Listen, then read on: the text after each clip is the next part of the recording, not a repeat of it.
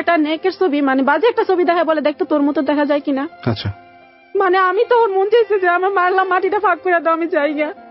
আমার নিয়ে এরকম সন্দেহ। আমি সেই ছোট থাকতে আমি ডাইরেক্ট বলছি, আপনি যে আমার এত ছোট থাকতে বিয়ে করছেন, আপনার মা আমার এখানে আসার পর আপনার মা আমারে মানুষ করছে। ওই স্যারকে নিয়ে সন্দেহ শুরু করলো। আচ্ছা, সন্দেহ শুরু করলো, স্যারকে নানান ভাবে নানান ধরনের SMS করতেছে, আমার 2টা বাচ্চা আছে, শিমুরে নিয়ে গেলে আমার 2টা বাচ্চা এতিম হইয়া যাইবো, আপনি তো লাইফে অনেক কিছুই পাইবেন, আমার কাছ থেকে শিমুরে নিয়েন না।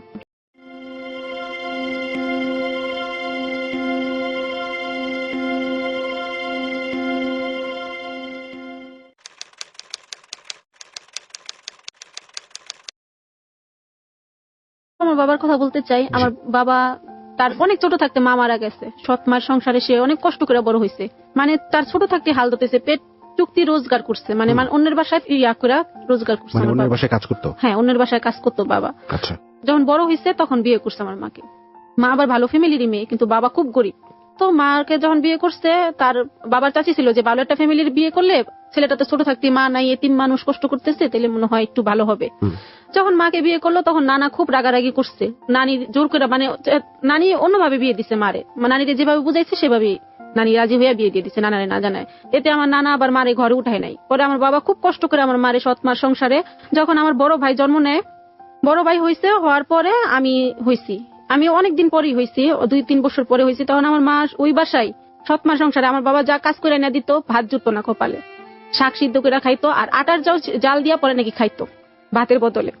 পরে এই কষ্ট দেখা একদিন আমার বাবা বললো যে, আমার মারে বললো যে চলো আমরা তাহলে ঢাকা শহরে যাই, দেশ গ্রামে যখন এত কষ্ট সৎ মার সংসারে, তাহলে এই সংসারে থাকতেও হবে না, চলো। তাহলে বাবা আমার আর ভাইয়ারে নিয়ে ঢাকাতে আসলো।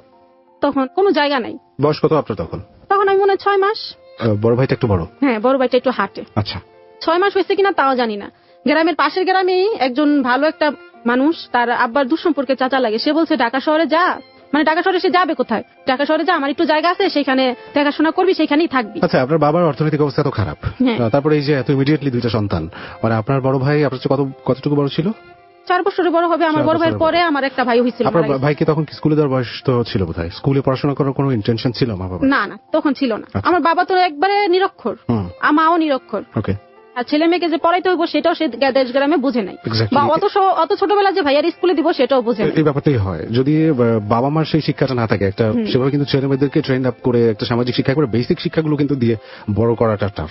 This is a message to you, যারা শুনছেন সবার জন্য এই ব্যাপারটা, যে ফ্যামিলির একটা রেসপন্সিবিলিটিস কিন্তু সবচেয়ে বড় থাকে সন্তানের পেছনে।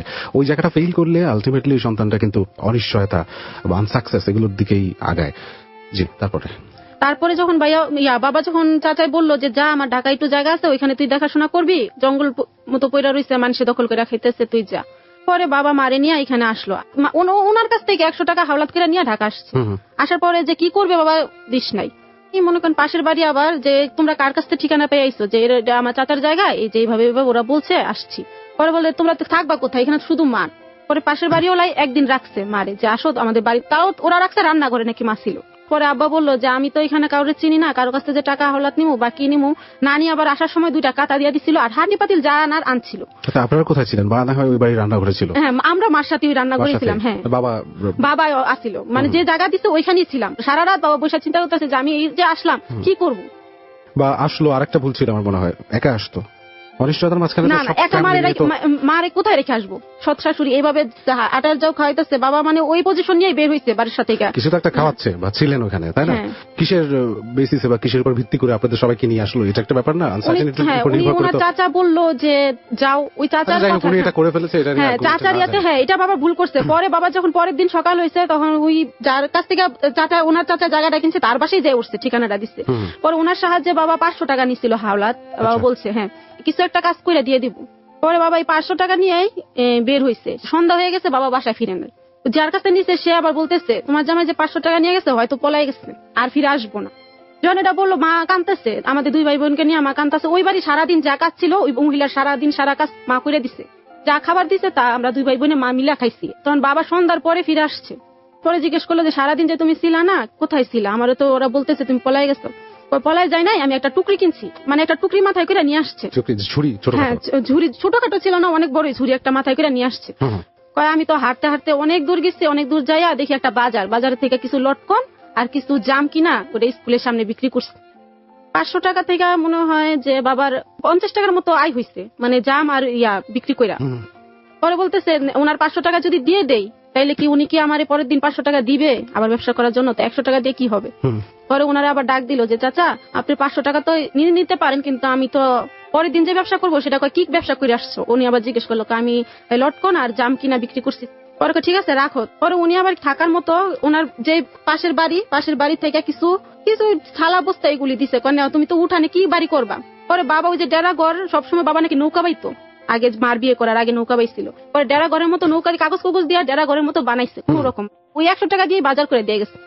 পরে মা ওই 100 টাকা দিয়ে আমার 2 ভাই বোনকে নিয়ে কোন রকম কি কিনবো না বা কি কিনবো এটা বুঝে নাই। পরে বাবা জানতো তাই খাইতাম। পরে আস্তে আস্তে এইভাবে হয়েছে। পরবর্তীতে আমার 2 ভাই হয়ে গেছে, তখন আমার মা কোনো ব্যবস্থা নেয় নাই। ছোট 2 ভাই, 1 ভাই হওয়ার পর আরেক ভাই সাথে সাথে হয়েছে। আমরা 2 ভাই যেমন হয়েছে ওই রকমই 2 ভাই। আরো দুটো? হ্যাঁ আরো দুটো, 4জন হয়েছে। হ্যাঁ 4জনের সংসারে বাবা খুব কষ্ট। এই যে এটাও কিন্তু একটা মিনিমাম শিক্ষার ব্যাপার, যে যেখানে সংসার চালাইতে পারতেছেন না আপনি, সেখানে আরো দুটো সন্তান হয়ে গেছে। তখন আমি একটু বড় হয়েছি, আমার কষ্টটা মনে আছে যে আমার মা আমার হাত ধইরা নিয়া কন্ট্রোলে চাল দিত। আমার হাত ধইরা নিয়ে আমার ভাই ছোটটা আগে কোলে নিয়া যে আমাদের লাইনের পাশে বসাইতিয়া লাইন দাঁড়াইয়া, মানে 5 কেজি না 3 কেজি চালের জন্য সকাল থেকে দুপুর পর্যন্ত ওইখানেই দাঁড়ায় থাকতো। বেলা থেকে যখন আসতো বাসায় তখন রান্না করতো। আর বাবা তুই জাম আর লটকন বিক্রি করতো। তখন বাবা বলতেছে যে জাম আর লটকন কতদিন বিক্রি করবো, তাহলে আমি কারণ বাজার গিয়া সবজি এনে বিক্রি করি। তখন থেকে বাবা সবজি বিক্রি করলো, টুকরিতে করে করে সবজি বিক্রি করো। পাশে যখন সবজি বিক্রি করতেছে, পাশের যে স্থানীয় লোকেরা তারা আবার, বাবা তো একবারই মূর্খ, তারা কিছু মানুষ আছে বাবারে বলতো যাই তরকারি দেওয়া যা দিমুনের টাকা, মানে টাকা দিত না। কোনো সময় দেখা যেত যে বাবা টাকা দিতে গেলে বাবার আবার ধমক দিছে, কিসের টাকা এভাবে বাবার বাসায় আমার কাছে কইতো দেখ আমারে তো ও ধমক দিচ্ছে। ধমক দিচ্ছে কে? টাকা চাইছে দিয়ে। থাক ওরা স্থানীয় মানুষ টানুষ মাইরা ফেলাইলে আমরা যে জঙ্গলে থাকি, থাক টাকা চাইতেই বল। আচ্ছা, এখানে সচ্ছল মানুষ যারা আছেন শুনছেন তাদের প্রতি একটা মেসেজ আছে আমার। এই যে আমরা কিন্তু অনেক সময় এরকম দরিদ্র মানুষদের সাথে এমন করি, আমাদের অবস্থান থেকে হয়তো এটা কোনো বিষয় না যে 10 টাকা বা 20 টাকা বা যাই হোক না কেন অ্যামাউন্ট, ওটা দেই না কিছু একটা নিয়ে। এটা হয়তো অনেকেই করে থাকেন, যে কোনো একটা শরীরের জোর বা যে কোনো একটা পাওয়ার আপনার আছে বা কিছুই নাই, গরিব বলে আপনার সাথে এমন করছেন। It's not fair at all. এই জিনিসটা আসলে ওর জন্য কতখানি ইম্পর্টেন্ট 10 টাকা সেটা হয়তো আমরা ফিল করতে পারি না। ফিল করতে না পারি, একটু অনুভব করতে পারার, একটু চেষ্টা করতে পারার বিষয়টা রিকোয়েস্ট করবো। জি, তারপরে এরকম করতে করতে ডেরা ঘরে থাকতে থাকতে পরে একদিন ওই লোকটা এসে বললো যে অনেকদিন হয়ে গেছে তো তোমার 500 টাকা দিচ্ছি, তুমি এবার টাকাটা ফেরত দাও।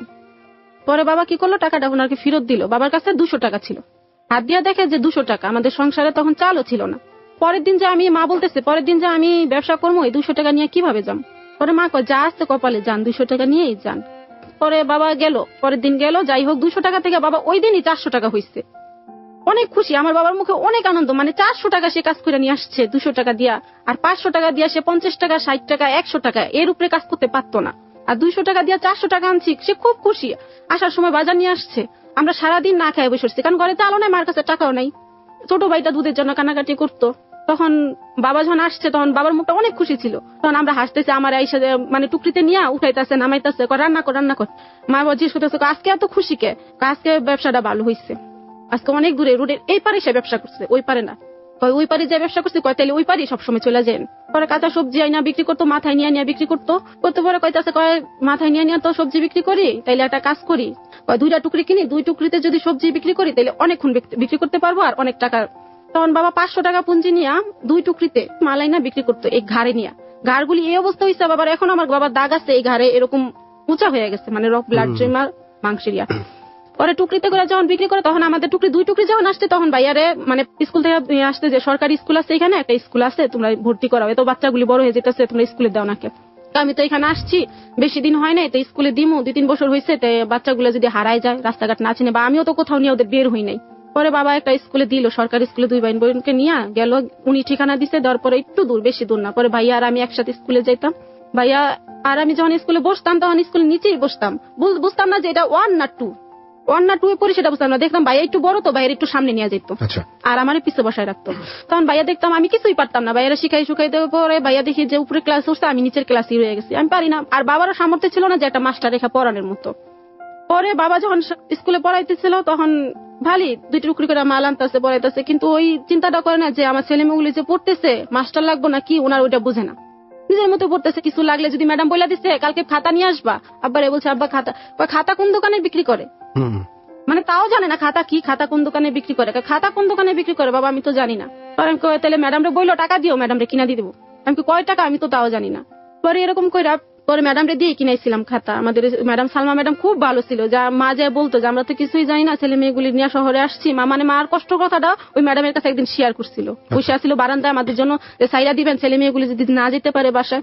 বললো যে কি অবস্থা, কেন আপনাদের এই সমস্যা। পরে বললো যে আমরা ঢাকা শহরে নতুন আসছি। পরে ম্যাডামরা শুই না, পরে ম্যাডামরাই খুব হেল্প করতো বাসা, মানে ভাইয়ারে 1 ঘন্টা করে ভাইয়ারে পড়াইতো, আমারেও পড়াইতো। পড়ানোর পরে উনি বদলি হয়ে যায় ওই সরকারি, তখন আমি 3-তে পড়ি আর ভাইয়া পরে 5 ক্লাস, তখন উনি বদলি হয়ে যায় ওই ম্যাডামরা, সরকারি স্কুল বদলি হয়ে যায়। তখন আর ওই ম্যাডামরা ছিল না, তখন নিজের ইচ্ছাকৃত ভাবেই পড়ি। তখন ছোট 2 ভাই, তো ওদের স্কুলে পড়ার বয়স হয় নাই। তখন যখন আমি আর ভাইয়া পড়তেছি, ভাইয়া খুব ভালোই পড়তেছি, মানে অক্ষর সবকিছু চিনি, ভাইয়াও চিনি আমিও চিনি।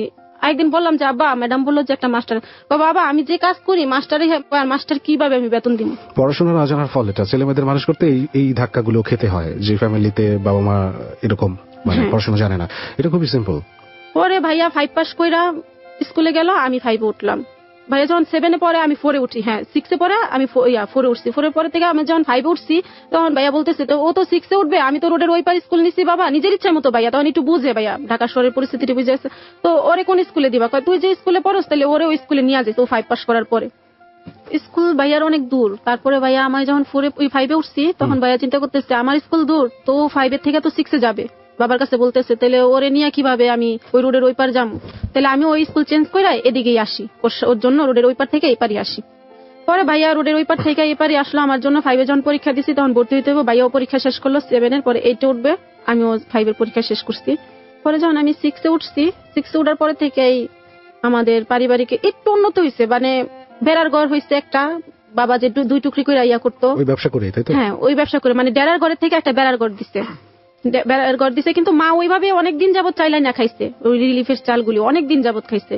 আমি ক্লাস 4-এ থাকতাম, আমি দেখছি আমার মা ওই রিলিফের চাল আইনা খাইতো এইভাবেই সইয়া। আর যার সাহায্যে আমরা ঢাকায় এসছি, সেও একদিন দেখা গেল শুনলো, বাবার কাছে খবর নিল যে উনার জায়গা তো, উনি বসে বসে এসে খবর নিচ্ছে, আমি তো এলিফেন্ট রোড থাকি, তোরা কিছু হইলে আমার কাছে যাইস। পরে যখন আমি 4-এ পড়ি, তখন একদিন আমার মনে আছে, আমার বাবা এই কথাটা আমি বলি যে আমার বাবা, আমার ভাই আর আমার বাবাকে পড়ানোর জন্য, মানে ওদের পড়াই খরচ যে টাকাটা যাইতেছে খাতা কলম, তার চেয়ে ওদের কাজে দিয়া দেই। মানে আমার বাবা যে ছোটবেলা যে কাজটা করছিল, সেটা চাইতেছিল আমার ভাইরে দিয়া ছোটবেলায় কাজে দিয়া দিতে। যখন ওনার চাচা যে বাসায় থাকতে দিল, ওনার বাসায় নিয়ে গেল, নিয়ে যাওয়ার পরে বলতেছে যে চাচা আপনি তো আমারে থাকতে দিচ্ছেন, ছেলে মেয়ে নিয়ে যাইতে, ছেলে মেয়ে নিয়ে গ্যাদারিং হয়ে যায়, এই পাশের মাস্তান টাস্তান আছে ঠেট দিয়া টাকা টোকা রাখা দেয়, তো ওদের নিয়ে তো ঝামেলা, তাহলে মেয়েটা ছেলেটার আপনার কাছে দিয়ে যায়, আপনি কাজ করেন আর যাই করেন রাখেন। পরে কয় আচ্ছা ঠিক আছে দিয়ে যা। পরে কয়েকদিন রাখছে, রাখার পরে দেখতেছে ভাই আর আমি ওই বাসায় একটা বই পাইলে বইটা নিয়ে পড়ি। তখন ওনার চাচা দেখলো যে ওদের তো পড়ালেখার একটু আগ্রহ বেশি, তো ওরা কাজ করবে কেন, বা আমি তখন আমার মা কোনো কাজ শিখাই নাই যে আমি কাজ করবো। বাবা আমার বাসায় আমি মানে যত কষ্ট করছে আমার মার উপরে দিয়ে গেছে, যাওয়ার জাপটা বলেও নাই যে শিমু তুমি একটা কিছু কাজ করো। পরে আমি ওই বাসায় গেছি, পরে কয় তুমি তো কোনো কাজই জানো না। আমি কই না, কি কোন ক্লাসে পড়ো, মানে ও চাচি জিজ্ঞেস করতেছে। পরে আমি বলতেছি ক্লাস 4-এ পড়ি। কয় তাহলে এইখানে আসছো কেন, আমি বাবা দিয়ে গেছে। পরে বাবা আবার যখন এই কারণ বাজার আসে, হাতিরপুলের থেকে তো কাছাকাছি, পরে একদিন বাবারে ডাকাইলো যে আস এদিকে আস, তোর মেয়েরা আবার স্কুলে দে, তোর ছেলে মেয়েকে স্কুলে দে।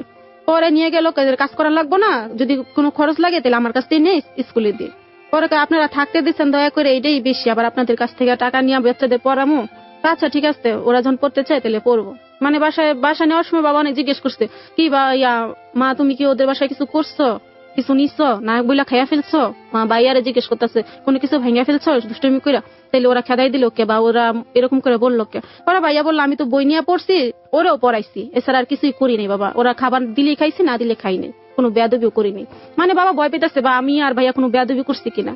পরে কয় না ওরা কোনো বেয়াদবি করে নাই, তাইলে পরে মা কয় থাক স্কুলে দেন। পরে আমি 5-এ পড়লাম, ভাইয়া 7-এ পড়লো, ভর্তি হইলো। হওয়ার পরে আমার রোডের ওই পারে যাওয়ার চিন্তা করে ভাইয়া আবার এই পারে এসে পড়লো। আমি ক্লাস 6-এ উঠছি। 6-এ উঠছি পরেই আমি বেশ বড়ই হয়েছি, লম্বা চূড়ায় বড় হয়েছি। মানে আমার যে পিছিয়ে একটা ছেলে ফলো করে, মানে স্কুলটা যে পড়তাম সরকারি স্কুলটা, সেটা ছিল আমাদের বাড়ির পিছন দিয়ে রাস্তা দিয়ে যাইতাম। আর যেটা এখন সরকারি স্কুল থেকে সাইডে যে 6-এ উঠছি, ওই স্কুলটা মেন রাস্তা দিয়ে যেতে হয়। যতটুকু রাস্তা পরে পাশের যে ছেলেরা, অনেক ছেলেরা দোকানদার, চা দোকানগুলি অনেক বসে থাকে, কিন্তু ভাইয়া আর আমি একসাথেই। মানে ভাইয়া চাইতেছে যে ভাইয়া সমাজে মনে একটু বুঝে যে একটা মেয়েরে নিয়া বা কিছু হয়তো বুঝছে, এর জন্য আমার নিয়ে সবসময় আমার নিয়ে কোনো খেলাধুলা ইয়া হইলে সবসময় আমার নিয়ে ভাইয়া খেলছে, যে ও কার সাথে খেলবে। এখানকার কেউ রে চিনে না, কেউ রে কিছু জানি না, ভাইয়া সবসময় মা আবার বাবা একটু ভাইয়ারই বকতো। আমি যদি একটু কানতাম যে ও মেয়ে মানুষ, ও বোঝে না কারো কাছে কার সাথে খেলবে, তুই যদি না খেলোস। ভাইয়া সবসময় ভাইয়া বসি কানামাসি যে কোনো খেলার ভিতরে ভাইয়া আমারে নিয়ে নিত, হাইদাইলেও নিত খেলার সাথে ছিলেন। হ্যাঁ, আর কারো ছিলাম না। আর ছোট ভাইটা যখন হয়েছে, ছোট 2 ভাই, তখন ওই 2 ভাইকে 2 ভাই বোনে আমরা নিয়ে রাখতাম, যে মা কাজ করতো সাহায্য করতাম, অতটুকু। এছাড়া মার কাজে কোনো সাহায্য করার মতো ক্ষমতা আমার ছিল না। আচ্ছা, যাই হোক, মানে তখন মোটামুটি সচ্ছলতা, তাই তো? হ্যাঁ। 2 ভাই পড়াশোনা করছেন, তারপরে ঘরটাকে একটু ভালো করলেন। আচ্ছা, এটা ওই বাবার ওই সবজি বিক্রি করার ব্যবসা থেকে। প্রিয় শ্রোতা, খুব কমন একটা এই বাংলাদেশের প্রেক্ষাপটে আমাদের ম্যাক্সিমাম মানুষের এই মানবেতর জীবনযাপন করতে হয়, এই অর্থে হয়তো বা খুব কম। বাপটা বাবা একটু কাটাই নিল, কাটানোর পরে আমি ক্লাস 6 এ পড়ি। 6 এ পড়ার পরে ভাইয়ার অনেক বন্ধু বান্ধব হয়েছে, কিন্তু আমি তো ওই স্কুলে নতুন যখন ভর্তি হয়েছি, তখন আমি সবাই কেমন যেন একটা প্রাইমারি স্কুল থেকে বড় ছেলে মেয়ে দেখা মানে পিছনে যাই বসে থাকতাম সবসময় চুপ করে। কেউ যদি হাইদা কথা বলতো তাহলে আমিও সাইদা কথা বলতাম, নাহলে বলতাম না, মানে আমার ভয় লাগতো।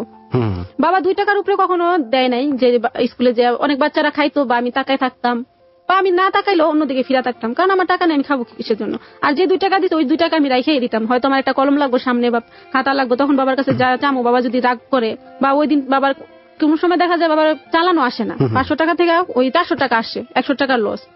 পরে এইভাবে চলতেছে। পরে আমি টিফিনও খাইতাম না। ভাইয়া আমি 2 জনে স্কুলে যাই আসি। একদিন আমাদের বাড়ির পাশে একটা মেয়ে থাকতো, নাম ছিল কি যেন ছিল, সকিনা না। পরে ও একদিন আমার সাথে ভালোই ফ্রেন্ডশিপ হইলো, আসতো বাসায় এসে লুডুগুট খেলতাম 2 জনে মিলে, মানে সমবয়সী খেলতাম। ভাইয়া তখন বন্ধু বান্ধবের সাথে ঘুরতো, মানে তখন একটু বড় হয়ে গেছে তো, আমার আর ওইরকম কিছু করতো না। পরে ওর সাথে যখন ঘুরতাম, ওই মেয়েটা আবার একটু আমার চেয়ে একটু বয়সে বড় ছিল, কিন্তু আমার হাইটেই ছিল। তখন একদিন আমার বললো, ডাক দিয়ে জিজ্ঞেস করলো, দেখ শিমু, আমার একটা ছেলে পছন্দ করে, তুই দেখবি? আমি কই, না আমি দেখবো কেন, তোর ছেলে পছন্দ করে? কিসের ছেলে পছন্দ করে? মানে সেখান থেকেই ওই মেয়েটা দেখাইছিল একদিন চার দোকানে বসা, কিন্তু ছেলেটা যে আমারে ফলো করে সেটা তখন আমি বুঝতামই না। ও আচ্ছা, মানে সে বেসিক্যালি আপনাকে ফলো করে, তাই তো? আর আপনার বান্ধবী মনে করতো ও ওকে ফলো করে, মানে ও আমাদের বাড়ির দিকে তাকায় থাকে। আর ও আমি যখন স্কুলে যাই তখন আমার পিছে পিছে যায় কিনা সেটা আমি জানি না, কারণ আমার সাথে ভাইয়া থাকে, আমার অন্য কোনো ছিলই না, মন ছিল না, না ওইরকম মন ছিলই না। যখন ও দেখাইছে তখন আমি ছেলেটা দেখে হাসতেছি, মানে ওর কপালের সাইজটা এই কিরকম যেন একটা বড় বড় সাইজের ছিল। পরে দাঁতগুলি লাল, চোখগুলি মুখ যেন কেমন। আমি বলতেছি, তোর নজর কেরকম রে, কিরকম একটা ছেলের দিকে তাই আকাশ, কিরকম একটা ছেলে তোর দিকে তাকায় থাকে। মানে আমি দেখে, মানে আমি নিজেই হাসতেছি, আমার অনেক হাসি হাসতেছে। ওই দিনই 2টা মহিলা পাশ দিয়ে যাইতেছে, ওই এলাকার মহিলাই, মানে আমি কখনো রাস্তার দিকে তাকায় দেখতাম না যে কোন মহিলা কোন বাসায় থাকে, মানে ওই ছেলেটাকে দিয়ে যে হাসতেছি। ওই দিনই আমার বাবারে বিচার দিল। বাবা তো অনেক বছর থাকলো ওই জায়গায়, 10 বছর 11 বছর হয়ে গেল, 12 বছর হয়ে গেল। পরে দেখতে পরে বাবার কাছে বিচার দিল, দেখো সুমনের আব্বু, তোমার মেয়ে তো এই ছেলেটারে দেখা হাসতেছে, জাহিদরে দেখা হাসতেছে, তো তোমার মেয়ের সাথে ওর সাথে কি সম্পর্ক? পরে আমি তো জানি না এই ব্যাপারটা, ঠিক আছে আমি আমার মেয়েরে জিজ্ঞেস করি। ক্লাস 6 এর 3য় সেমিস্টার পরীক্ষা চলতেছে তখন আমার। আচ্ছা, বাবা ওই দিন আর জিজ্ঞেস করে নাই, পরের দিন আমারে জিজ্ঞেস করলো, যে আমারে বললো যে আচ্ছা মেয়ে কি কোনো শয়তানি ফায়তানি করে? না, ওই বাড়ির আসে, ওর সাথে একটু লুডুগুট খেলে, এই তো, আর কিছু তো দেখি না আমি। আমার তো পাশের বাড়ি এক মহিলা আনতা, যে এই মহিলাও খালি হলো অন্য দান্দা থায়।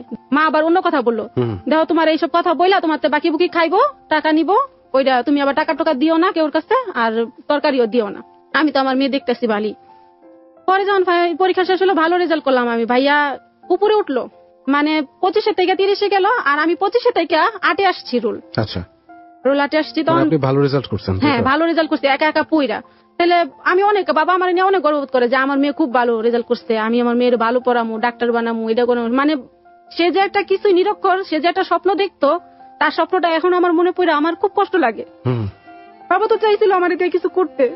পরে ভাইয়া যখন 9 এ পড়ছে, কম রেজাল্ট পাইয়া, আমি তখন 7 উঠছি। পরে ওই ছেলেটা ওই পিছন দিয়ে যে বিরক্ত করতেছে, আমি সেটা কোনোদিন আমি বুঝতেই পারিনি যে আমার বিরক্ত করে। পরে মা আমার নিয়ে গ্রামের বাড়ি বেড়াইতে যায়। পরে ওই মেয়েটা বলতেছে, মা বলতেছে, শয়তানি করে বলতেছে, এবার নিয়ে শিমুরে বিয়ে দিয়ে আসমু গ্রামে নিয়ে। শিমুর পা বড় হয়ে গেছে, শিমু স্কুলে ভালো নাম্বার করছে, আর পড়ামু না, পড়াইতে গেলে তোর টাকা খরচ দিব, পড়ামু না, বিয়ে দিয়ে। 7 উঠছি। 7 উঠছি, মা বলতেছে যে ওরে নিয়ে এবার বিয়ে দিয়ে আসমু গ্রামে। মানে ওর কাছে, মেয়েটার কাছে বললো, মেয়েটা আবার পড়তো না। কেন বিয়ে দেবে? কেন ওই ছেলে তো ডিস্টার্ব করে? না, আমি জানি না, মাও জানে না। মানে বাবা একদিন শুধু শুনছে, মা এটা দুষ্টুমি করে বলছে। মানে আমি হাতে পায়ে লম্বা হয়ে গেছি, পাশের মানুষের বলতেছে যে তোমার মেয়ে বড় হয়ে গেছে, বিয়ে দিয়ে দিতে পারতা। আচ্ছা, পাশের মানুষের তো একটু ইন্টারেস্ট সবসময় বেশি থাকে। আবার গ্রামে যখন নিয়ে গেছে তখন গ্রামের মানুষও বলতেছে যে এই মুখের মেয়েটা বড় হয়ে গেছে, দেখ কত কষ্ট করছে গ্রাম থেকে, এখন দেখ ভালোই চলতেছে, ঢাকা শহরে যাইয়া, তাই ওরে বিয়ে দিয়ে দিই। আমার মা যে বয়সে বিয়ে হয়েছে, মানে অত ছোট বয়সে, সে চাইতেছে যে আমারও সেই ছোট বয়সে বিয়ে দিতে। আচ্ছা, তখন মা বাড়িতে বাবার সাথে নিয়ে আসলো যে আর বাড়িতে নিয়ে যাইবা না আমার মেয়ের। বাবা বললো। পরের 7 যখন ভর্তি করে ফার্স্ট ইয়ারের পরীক্ষা চলতেছে তখন ওরা বিয়ের মানে যে ছেলে ফলো করতেছে ওই ছেলে শুনছে আমাকে নিয়ে নাকি দেশে বিয়ে দিয়ে ফেলবে। ওই মেয়েটাই মানে হাঁটতেছে আর বলতেছে এবার তো শিমুরে বিয়ে দিয়ে ফেলবে, এবার তো শিমুরে। ও যে ফলো করে রাখে, ও যে আমাদের বাড়ির কোন কানানি গুলি ও যে শুনে, এটা আমরা জানতাম না। বাবার কাছে তখন বিয়ের প্রস্তাব, ডাইরেক্ট বিয়ের প্রস্তাব দিল। বাসায় ওর এক এক সময় এক একবার এক একজনকে নিয়ে আসে। শুনতো আসলে বাড়ির কোন কানা? ওরা যে স্থায়ী মানুষ, ওরা যে শুনতো, এই ব্যাপারটা আমরা কেউ জানতাম না। মানে বাবা তো সারাদিনই কাঁচামালের ব্যবসা নিয়ে আসে, বিকালে দুপুরের পর বাসায় আসতো, আয়সা ঘুমাইতো, রাতে সারা রাত বইরা কারেন্ট বাজার থেকে মাল নিয়ে তারপরে যেয়ে বিক্রি করতো। বাবার তো তখন সময় ছিল না কে কোন কথা বললো। আর মা তো সংসারের ছোট ভাই 2টা, আমরা 4 জন, ওই কাপড় চোপড়, ঘর দুয়ার গুছানো, রান্না বান্না, 4 জনের সংসারে মা তো ওইটা নিয়েই ব্যস্ত। আমরা 4 ভাই বোন নিজেরা মারামারি করে, নিজেরা কান্নাকাটি করে, নিজেরাই সব অগুছানো, মানে সবকিছু অগুছানো করে মা এগুলি নিয়ে গুছাতো। পরে এগুলি যখন শুনছে ও মানে প্রস্তাব দিছে, বিয়ের জন্য প্রস্তাব দিছে। পরে আমার বাবা তো আসমান থেকে পড়ছে। মানে যখন ওই যে আমি বললো যে তোমার মেয়ে তো ওই ছেলেটার সাথে হাসাহাসি করলো, ওই কথাটা শুনে যখন আমার বাবা আমার জিজ্ঞেস করলো, মারে জিজ্ঞেস করলো, পরে আবারও আরেকদিন শুনছে কি সুমনের বাবা তোমার মেয়ে তো এই স্কুলে ওই ছেলেটা যায়, তাহলে তো তোমার মেয়ের সাথে অনেক ইয়ে হয়েছে। আচ্ছা জিজ্ঞেস করি। ওই দিন বাবা অনেক রাগ, মানে তার 800 টাকার চালানের থেকে 700 টাকা হয়ে 600 টাকা হয়ে গেছে।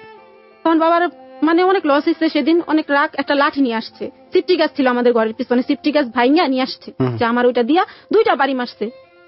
পরে আমি মার পিছনে বসে বসে কাঁদতেছি, অনেক জোরে জোরে কাঁদতেছি যে আমার কেন মারবো, আমি তো কিছুই করি না, আমি জানি না জুনি না, কেন আমার মারবো, তোর জন্য মান সম্মান যা, রাস্তাঘাটে হাঁটতে পারি না, এটা সেটা, তুই এইটুক মেয়ে কিসের প্রেম প্রীতি? অথচ আপনি তো কিছু জানেন না।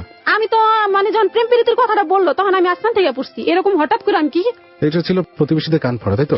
এই ব্যাপারগুলো এখন কোন অবস্থা আছে জানি না, কিন্তু একটা সময় কিন্তু খুব প্রবল ছিল, এবং যেটা শিকার আপনিও হয়তো এখনো আছে আমাদের সোসাইটির অনেক জায়গায়। তখন 2004 সালে। আচ্ছা 2004-এ যেটা বলছিলাম যে ওই যে আপনার ছেলে মেয়ে কি করছে তার আপনি যতটুকু নজর রাখছেন তার চেয়ে বেশি নজর রাখে প্রতিবেশীরা, এবং এর কিন্তু অনেকগুলো ক্ষতিকর দিক আছে। যেমন আপনার পড়াশোনা কিন্তু বন্ধ হওয়ার পথে, তখন অলরেডি বন্ধ করে দিচ্ছে, দ্বিতীয় সেমিস্টার সামনে পরীক্ষা হিসাব, এবং আপনাকে বিয়ে দিয়ে দেওয়া হবে, এরকম একটা প্রিম্যাচিউর এজে আপনাকে বিয়ে দেওয়া হবে। এই ব্যাপারগুলো সো কারোর ব্যাপারে কমপ্লেইন করতে হলে সেই ব্যাপারে অনেক জেনে শুনে না করলে সেটা কিন্তু অনেক ক্ষতিকর একটা ব্যাপার হতে পারে। কাউকে যেমন ভুল বোঝা একটা খুব বড় ক্ষতি একটা ব্যাপার, এবং কারোর ব্যাপারে কাউকে ভুল বোঝানো এটাও কিন্তু সেই একই রকম একটা বিষয়। সো এরকম কোনো নালিশ বা মন্তব্য করতে হলে প্লিজ যারা শুনছেন এরকম ব্যাপারগুলো যদি ঘটে থাকে আপনাদের সাথে একটু যাচাই বাছাই করে নেবেন যে আলটিমেট ব্যাপারটা কি। আমি এত ফোর্সলি বলছি এই কারণ ওর জানি না এরপরে পড়াশোনা হয়েছে কিনা বা ওই সময় বিয়েটা দিয়ে দিয়েছে কিনা। যদি এরকম কিছু হয়ে যেত তাহলে যতটুকু সম্ভাবনা ছিল সামনের দিকে আগানো সেটাও বন্ধ হয়ে যেত, শুধু আপনার এতটুকু ইনফরমেশন, মিস ইনফরমেশনের কারণে, যে কারণে এত পাওয়ারফুলি আমি বিষয়গুলো বলছি। জি, তারপরে যখন বাবা এসে মারার পরে আমি অনেক কান্নাকাটি করছি। মা আবার বাবারই বকতেছে, আন্তাজে মানুষের কথা শুই না, আমি তো ঘরে থাকি, আমি তো জানি আমার মেয়ে এরকম করতেছে না। পরে যে ওই মেয়েটা ডাক দিয়ে জিজ্ঞেস করতেছে কি রে, ও তো তোর সাথে খেলে? কয় না কাকি, ও তো এরকম করে না, আমি ওই ছেলেটার সাথে, আমার দিকে তাকায় থাকে, আমার দিকে হাসে। কয় দেখছেন কোনখানের পানি কোনখানে আসে, আর আপনি অযথাই মেয়েটারে মারতেছেন। কয় পাড়া প্রতিবেশী তো আমারই শাসাইলো। পরে যখন বিয়ের ঘর আসলো বাবা ডাইরেক্ট না করলো। একদিন ওর দাদি আসে, একদিন কি আসলো, ঘর আসছে, ওদের প্রস্তাব নিয়ে আসছে। ওই ছেলে প্রস্তাব দিছে যে এই মেয়েকে বিয়ে না করলে বাঁচবে না, বাড়ি থেকে ওইরকম সম্বন্ধ হইতাছে। মানে ওদের বাড়ি আলোচনা হয়েছে, আমি বিয়ের পরে শুনছি ওদের বাড়ি আলোচনা হচ্ছে, তাই তো? এবং ওরা কি প্রস্তাব নিয়ে আসছে? ওরা প্রস্তাব নিয়ে আসছে। আর ওদের বাড়ি মনে করেন স্থানীয় ভাবে ওরা আমার বাবা সবজি বিক্রি করে, তরকারিওয়ালার মেয়েকে আমরা এই বাড়ির বউ করে আনবো না, মানে গরিব, খুবই গরিব আর্থিকভাবে, ওদের তুলনায় আমাদের আর্থিকভাবে খুবই আমরা গরিব। আচ্ছা, ওরা কম্পারেটিভলি ভালো? ওরা মোটামুটি ভালো, কিন্তু ওদের যে একটা ফ্যামিলি, ভালো ফ্যামিলির ভিতরে যে পড়মু তা কিন্তু না। বাবা যে 10-12 বছর যাবত এই এলাকাটার ভিতরে আছে, তা দেখে স্থানীয় মানুষরা কোনো কাজকর্ম করে না। ওদের যে নিচে যে জমি জমা আছে সেগুলি বিক্রি করে বা ওইগুলি করে চান্দা তুললে ওরা খায়। আচ্ছা, তো আপনার বাবার কাছে আসলে বিয়ের প্রস্তাব নিয়ে উনি রাজি না কেন? উনি রাজি না, ওই যে বলতেছি আমি যে স্থানীয় মানুষ যে বাবার কাছে ঠেক দিয়ে টাকা নিয়ে খাইতো, ওনারা কাজ করে না, ওরা মদ খায় বা এগুলি। বাবা তো এই 10-12 বছরে ওদের সম্পর্কে জানছে, ভয় পাইতো কিসের জন্য, ওরা ভালো করে না। এরকমও দিন গেছে আমরা শুয়ে রয়েছি চালের উপরে, মানে পাশের বাড়ির মানুষেরা মদ খায় সারা রাত বোরা ঢিল মারতো, ওরা নিজেরাই হাত দিয়া ধরে ঢিল মারতো। আবার বাবা যে সবজি নিয়ে আসতো। আচ্ছা, এগুলো কি মানে ওই যে ড্রিঙ্কস করে? ড্রিঙ্কস করে, পরে ওইগুলি নিজেরাই ঢিল মারতো। পরের দিন বাবা সকালবেলা যখন এগুলি বিচার দিতে গেল ওদের কাছে, তখন বাবারই উল্টা শাসাইতেছে শাসাইতাছে, বিচার দিল কিসের জন্য। পরের দিন বাবার সবজি যে আনলো, গাজর আনছে, আমার মনে আছে গাজর আনছে আর শসা আনছে, ওইগুলি ওরা রাইখা দিছে ওই দিন। মানে ওই দিন যে শাসাইলো এর জন্য ওরা ওইগুলি রাইখা দিচ্ছে, যে আমরা ওই দিন একটা করছিলাম, মজা করছিলাম বা ভুল পন্থে নেশা করছি হয়ে গেছে, এটা আমরা বুঝা করে। কিন্তু এটা আমার এটা আবার বাবা মার কাছে, ওদের বাবা মার কাছে আমার বাবা যে নালিশটা দিয়ে আসছে, এর জন্য ওরা রাগ করে গাজর আর শসা রাইখা দিছিল বাবার কাছ থেকে। রাইখা দেওয়ার পরে বাবা আর কিছু বলে নাই, যে এগুলির জন্য যদি আবার যায়, যদি আমার মারে বা আমার আবার কিছু যদি বলে থাক, আর যায় নাই, দ্বিতীয়বার ওদের কাছে আর যায় নাই। পরে যখন বিয়ের প্রস্তাব নিয়ে আসছে, যা ওদের স্থানীয় যে একটা পরিবেশ, বাবা তো এটা বুঝতেই পারছে। বাবা এটা বুঝতে পারছে যে ওদের স্থানীয় ওদের যে একটা পরিবেশ, ওরা যে একটা কোনো, আমি যে একটা মূর্খ, আমি একটা মান সম্মান বুঝি, ওরা একটা বুঝে না। ওরা কারে কি বলবো বা কোথায় কোন জায়গায় মান সম্মান করতে হবে, এটা ওরা সমাজ বলতে ওরা বুঝে না। পরে বাবা ডাইরেক্টলি না করে দিচ্ছে। পরে কিছু এলাকার যে মাস্তান আছে তারা নিয়ে কি করলো, পরের দিন বাবার উধাও করে ফেললো। মানে উধাও বলতে কি? উধাও বলতে বাবা বাসায় আসে না। না, কি আশ্চর্য, সারাদিন। সেদিন আবার শুক্রবার ছিল, বাবা কাঁচামাল আনে নাই। শুক্রবার দিন বাবা জিরাইতো, মানে একদিন সপ্তাহে কান্দে ভার নিত তো, একদিন সপ্তাহে জিরাইতো। শুক্রবার দিন বাবার রাত হয়ে গেছে, 9টা বেজে গেছে, এখন আসে না। মা তো কান্না করতেছে, হঠাৎ করে কি হইলো তোর বাবা আসে না। পরে মা বাবার ওরা আটকায় রেখা জিজ্ঞেস করতেছে, যদি মেয়ে বিয়ে না দেন তাহলে রেপ হবে। আচ্ছা, রেপ কি জিনিসটা এটা বাবা বুঝে না। মানে আপনার বাবাকে হুমকি দিচ্ছে? এই হুমকি দিচ্ছে, হ্যাঁ। এর আগে কিছুদিন আগে, পাশের যে বাড়ি, ওরা তো বাড়িওয়ালা স্থানীয় কিছু রুম কইরা ভাড়া দিত। ওই ভাড়াটা এক মেয়ের রেপ করছিল, পাশের এক বাড়িওয়ালার ছেলে রেপ করছে। পরে ওইখানে থানা পুলিশ অনেক কিছু হয়েছে, বাবা এটা দেখছে, মা এটা দেখছে, তখন আমরা এটা বুঝি নাই। আচ্ছা, পরে যখন বাবা এই কথাটা শুনলো, শোনার পরে বাবা কাঁদতে কাঁদতে বাসায় এসে, মানে চোখ মুছতেছে আর বাসায় আসতেছে, চোখ মুছতেছে আর আসতেছে। মানে আপনার বাবাকে আটকে রেখে হুমকি দিয়ে পরে ছেড়ে দিচ্ছে? হ্যাঁ, ছেড়ে দিচ্ছে। সারাদিন বুঝাইছে, সারাদিন আটকে রেখে বুঝাইছে, খাওয়াইছে। বাবা বললো, না আমি ছোট মেয়ে, কি বিয়ে দিব, কি বুঝে, খেলার বয়সে ওনা যায় নাই, মাত্র 12-13 বছর হয়েছে, কি বিয়ে দিব, ও কিছুই বুঝে না, হাতে পায়ে লম্বা হয়ে গেছে। আমি বাড়ি থেকে কতটুকু আনছি আমি নিজেও জানি, আপনারা নিজেও দেখছেন ওরে যে কতটুকু আনছি। তাইলে আপনারা কেন ওর এতটুকু ছোট একটা মেয়ে কেন বিয়ে করবো? আচ্ছা, আমার মেয়ে যদি কোনো কিছু কইরা থাকে আপনার ছেলের সাথে, আমি নিজের ইচ্ছে মতো আমি মাপ চাই নিতেছি। মানে বাবা ক্ষমা চাইলো, মা পরের দিন যায় ক্ষমা চাইলো, যে আমার মেয়ে যদি কোনো ভুল করে থাকে, বা ওই মেয়েটার সাথে করে নিয়ে গেছে। ওই মেয়েটার মা আবার কি করলো, আমার মার সাথে ঝগড়া করলো, যে প্রেম করলো আমার মেয়ে, বিয়ের প্রস্তাব আসে তোমার মেয়ের জন্য কেন? কেন ওর মেয়ে, মানে ওই মেয়ের মা কি রাজি ছিল? হ্যাঁ, ওর মেয়ের মা রাজি ছিল। ওর মেয়ের মা, মানে ও তো পড়তো না, একই ও পড়তো না, দ্বিতীয়ত ওর মেয়ে ভালো একটা স্থায়ী ছেলে বিয়ে দিলে তো ভালোই, ভাড়াইটা মানে কিছুদিন হয়েছে আসছে এলাকায়। আচ্ছা, তো মেয়ে মহিলা জানতো না। পরে কয় প্রেম করে আমার মেয়ে, তাহলে বিয়ে কেন ওর তোমার মেয়ের সাথে দিবা?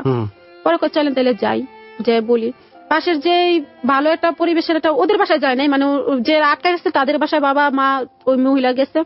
কয় না, ও ছেলে তো পছন্দ করে তোমার মেয়ে, তরকারি যে বিক্রি করে তার মেয়ে। এলা কে প্রেম করছে না করছে, কে আর মেয়ে করছে না করছে তা আমরা জানি না, দিতে বিয়ে তোমার মেয়ে দিতেই হবে। পরে মা বললো আমার মেয়ে তো পড়তে চায়, মানে আমার মার একটু বুদ্ধি আছে, আমার বাবার যতটুকু নাই, আমার মেয়ে তো পড়তে চায়, তাহলে যদি ওনারা রাজি হয় যে আমার মেয়ের নিয়ে পড়াবে, তাহলে আমি বিয়ে দেবো। মানে মা ওই জায়গায় যে বাবারই তখন সারাদিন আটকায় রাখছে, ওই দিন আবার যদি এরকম করে, বা এখান থেকে যদি আমার চলে যেতে হয়, দেশেও তো আমার ওরকম থাকার মতো জায়গা নেই, একটা মেয়ের জন্য যদি আমার এরকম হয়, তিনটা ছেলে নিয়ে আমি কোথায় যাবো আবার, যদি এখান থেকে উঠাই দেয় ওরা স্থায়ী মানুষ। পরে চাচার কাছে বিচার দিল, চাচা আসলো ওই দিন। এরপরের দিন চাচা আসলো, আসার পরে চাচারে কি করলো, মেম্বার ছিল, ওই মেম্বার কি করলো, লাঠি নিয়ে আসলো। আচ্ছা, মেম্বার লাঠি নিয়ে আসলো, যে এই এলাকার ভিতরে এত বছর আপনারা দেখিনি, এখন কোথেকে আসছেন, আপনি জায়গার মালিক, ভালো কথা, এখানে পারিবারিক ব্যাপার, এখানে আপনারা কেন নাক গলাবেন? কাকে বলতেছে? ওই চাচারা বলতেছে যে আমাদের থাকতে দিল, সেই চাচার কাছে বাবা আবার বিচার দিচ্ছে, কারণ বাজার আইসা যেদিন তরকারি নিবে সেদিন আইসা বইলা গেছে যে এরকম মেয়েটার নিয়ে সমস্যা আছে, চাচা আপনি একটু যাইয়েন। উনি তো শিক্ষিত মানুষ, উনি আবার গেছে পরে মনে করছে উনি ওনার কলমে বুঝাইবো, কিন্তু ওনার কলমে বুঝাইবো দূরের কথা, ওনার লাঠি নিয়ে গেছে। একটা শিক্ষিত মানুষ ওই দিন যে একটা লাঠি নিয়ে গেছে, এই পর্যন্ত ওনার জায়গায় অ্যাপার্টমেন্টে দিয়ে দিচ্ছে, কিন্তু এই পর্যন্ত উনি ওই জায়গায় পা দেয় নাই। আচ্ছা, জায়গায় পা দেয় পরে উনি পরে আর কিছু বললো না। একটা কাজ করতে পারো সুমনের বাপ, তুমিও তোমার ছেলে মেয়ে নিয়ে একেবারে বাড়িতে চলে যেতে পারো, নয়তো তোমার মেয়েকে এখানে বিয়ে দিতে পারো, এছাড়া আর কিছুই আমি পথ দেখতেছি না। মানে এখানকার পরিবেশ দেখা, উনি যে পরিবেশটা দেখে গেছে, উনি এই কথাটাই বলে গেছে। পরে বাবার ভালোই রোজগার হয়েছে, তখন কিছু টাকা আয় হয়েছে, মা অনেক কষ্ট করে, মানে আয়ের পথটা মায় বুঝতো। আচ্ছা, কিছু টাকা মানে 10-20 হাজার টাকা এরকম আয় হয়েছে। পরে বাবা আরো 30 হাজার টাকা ঋণ কইরা মানে বিয়ের জন্য রাজি হইলো। আচ্ছা, রাজি হয়েছে, পরে আমারে বিয়ে দিল, মানে ওদের শর্ত অনুযায়ী যা দিতে হবে, ঘরে একটা শোকেস আর একটা খাট, শোকেসের উপরে কি থাকে, মানে ওনার মুরব্বীরা জিজ্ঞেস করতেছে, বাবা বললো কি থাকে শোকেসের উপরে? শোকেসই থাকে, বুঝতে পারে না যে শোকেসের উপরে টিভি থাকে। তখন আচ্ছা আমি তো এত কিছু দিতে পারবো না, আমি তো অনেক অর্থহীন, আমার তো কোনো অর্থ নাই, মেয়েটারা যে দয়া করে নিতেছেন এটাই বেশি, এছাড়া আর আমি কিছু দিতে পারবো না। পরে কয় আচ্ছা ঠিক আছে দিয়েন, তাইলে আস্তে আস্তে দিয়েন, মানে ওরা নিবেই, আস্তে আস্তে দিয়েন, ওইভাবেই রাজি হয়েছে। বিয়েটা তো ফোর্সলি করাচ্ছে, হুমকি দিয়ে করাচ্ছে। হ্যাঁ, হুমকি দিয়ে করাচ্ছে, আবার ওরা দাবিও করতেছে। মানে হ্যাঁ, আপনারা তখন কেন কোনো ইনিশিয়েটিভ নেন নাই? মানে আমি বলতে চাচ্ছি যে কোনো আইনের সহায়তা। তখন বাবা বুঝতো না যে আইনের সহায়তা নিলেও কি খুব একটা সুবিধা হতো কিনা এটা কিন্তু জানে না, এটা জানে না, কারণ এটা একটা পাওয়ারফুল একটা সোসাইটি। হ্যাঁ, বাবা যারে বিচার দেওয়ার কাজ তারে বিচার দিচ্ছে, সে চাচা, আর কাউরে চিনে না, যার কাউকে বলবে সে। আচ্ছা, এবং ওরা ওই স্থানীয় ছিল এবং ওখানকার পাওয়ারফুল ছিল, যা ইচ্ছা তাই ওরা করতেই পারতো। ওরা পাওয়ারফুল ছিল না, মানে ওদের ভাই ব্রাদার গুলি পাওয়ারফুল। মানে আপনি যদি একটা স্থায়ী হন, মানে আপনার ভাই ব্রাদার, আপনার উপরে লেভেলে আরো মানুষ আছে, ওরা আপনার কথা সাই দিব। মানে আমরা বিদেশি মানুষ, আমরা আজকে আছে কালকে নাই, কিন্তু ওদের কথা ওরা ডাক দিলে যাবে। সেটাই। তারপরে কি হলো? বিয়েটা হলো এইভাবে, তাই তো? হ্যাঁ, বিয়েটা এইভাবে পাওনা দেওনা কইরা হইলো। আমার শাশুড়িটা খুব ভালো, মানে জিনিস আমি বাবা আবার বললো আমার মেয়ের আমি যাই হোক, কষ্ট করে হোক, যেমনি হোক জিনিস দিব, কিন্তু নগদ ভাবে কিছু দিতে পারবো না। মানে বিয়েটা যে দিতেছি, 10 জন যে খাওয়াইতেছি ওইটাই বেশি। বাবা 30,000 টাকা হাতে, মার হাতে আসলে 15-20,000 টাকা হইব না, ওইরকম ঋণ করে, একটা ঋণ করে মানে আমার বিয়েটা 50,000 টাকার ভিতরে বিয়েটা দিল। আচ্ছা, বিয়েটা দিল। এখানে আমরা একটা বিরতি নিই। প্রিয় শ্রোতা, আপনি ভাবছেন হয়তো বা বিয়েটা হয়ে গেল, সব ঠিকঠাক হয়ে গেল, ব্যাপারটা এখানে সীমাবদ্ধ নয়। আপনার বিয়ে হয়ে গেল, হুমকির মুখে বিয়ে হয়ে গেল। আসলে বিয়ে না দেওয়া ছাড়া ওই সময় আর কিছু বাবার কিছু করার ছিল না। আর মা যে দাবিটা করছিল যে আমার মেয়েকে নিয়ে পড়াতে হবে, তারা ওইটা মাইনা নিয়া, মানে ওরা মাইনা নিয়ে ওদের তো কাজে বিয়ে করা। পরবর্তীতে আর এগুলো মানে নাই, তাই তো? না, এটা পরবর্তীতে যখন মা জিজ্ঞেস করলো, পরে শাশুড়ি বললো যে, শাশুড়ি আমি মার কাছে তো আমি বললামই যে আমি মার কাছে যতটুকু আদর পাই নাই, আমি ওইখানে যে আমার শাশুড়ির এত ভালোবাসা, মানে আমি হাজবেন্ডকে কি বলবো, আমি হাজবেন্ডকে কোনোদিন আমি নিজের করে পাইতেও চাইনি, মানে শাশুড়ির ভালোবাসা দেখা। পরে শাশুড়ি বললো আমার বউ আমি ওরে নিজের হাতে মানুষ করবো। মানে আপনি তো শুধু ক্লাস 6-7 পর্যন্ত পড়াইছেন, এর পরবর্তীতে জীবনটা কিভাবে কাটতে হবে, কিভাবে সংসার করতে হবে, ওরা আমি শিখামো, হাতে কলমে শিখামো। মানে সবকিছু শাশুড়ির আন্ডারে চলতো, সবকিছু। আমি যখন ঘুমাই থাকতাম শাশুড়ির সাথেই শুয়ে থাকতাম। কখন আমার হাজবেন্ড বাসায় আসতো, কখন চলে যেত, আমি নিজেও বলতে পারতাম না। আমি একদিন জিজ্ঞেস করলাম যে মা, আপনার ছেলে তো অনেক রাত করে আসে, কেন আসে?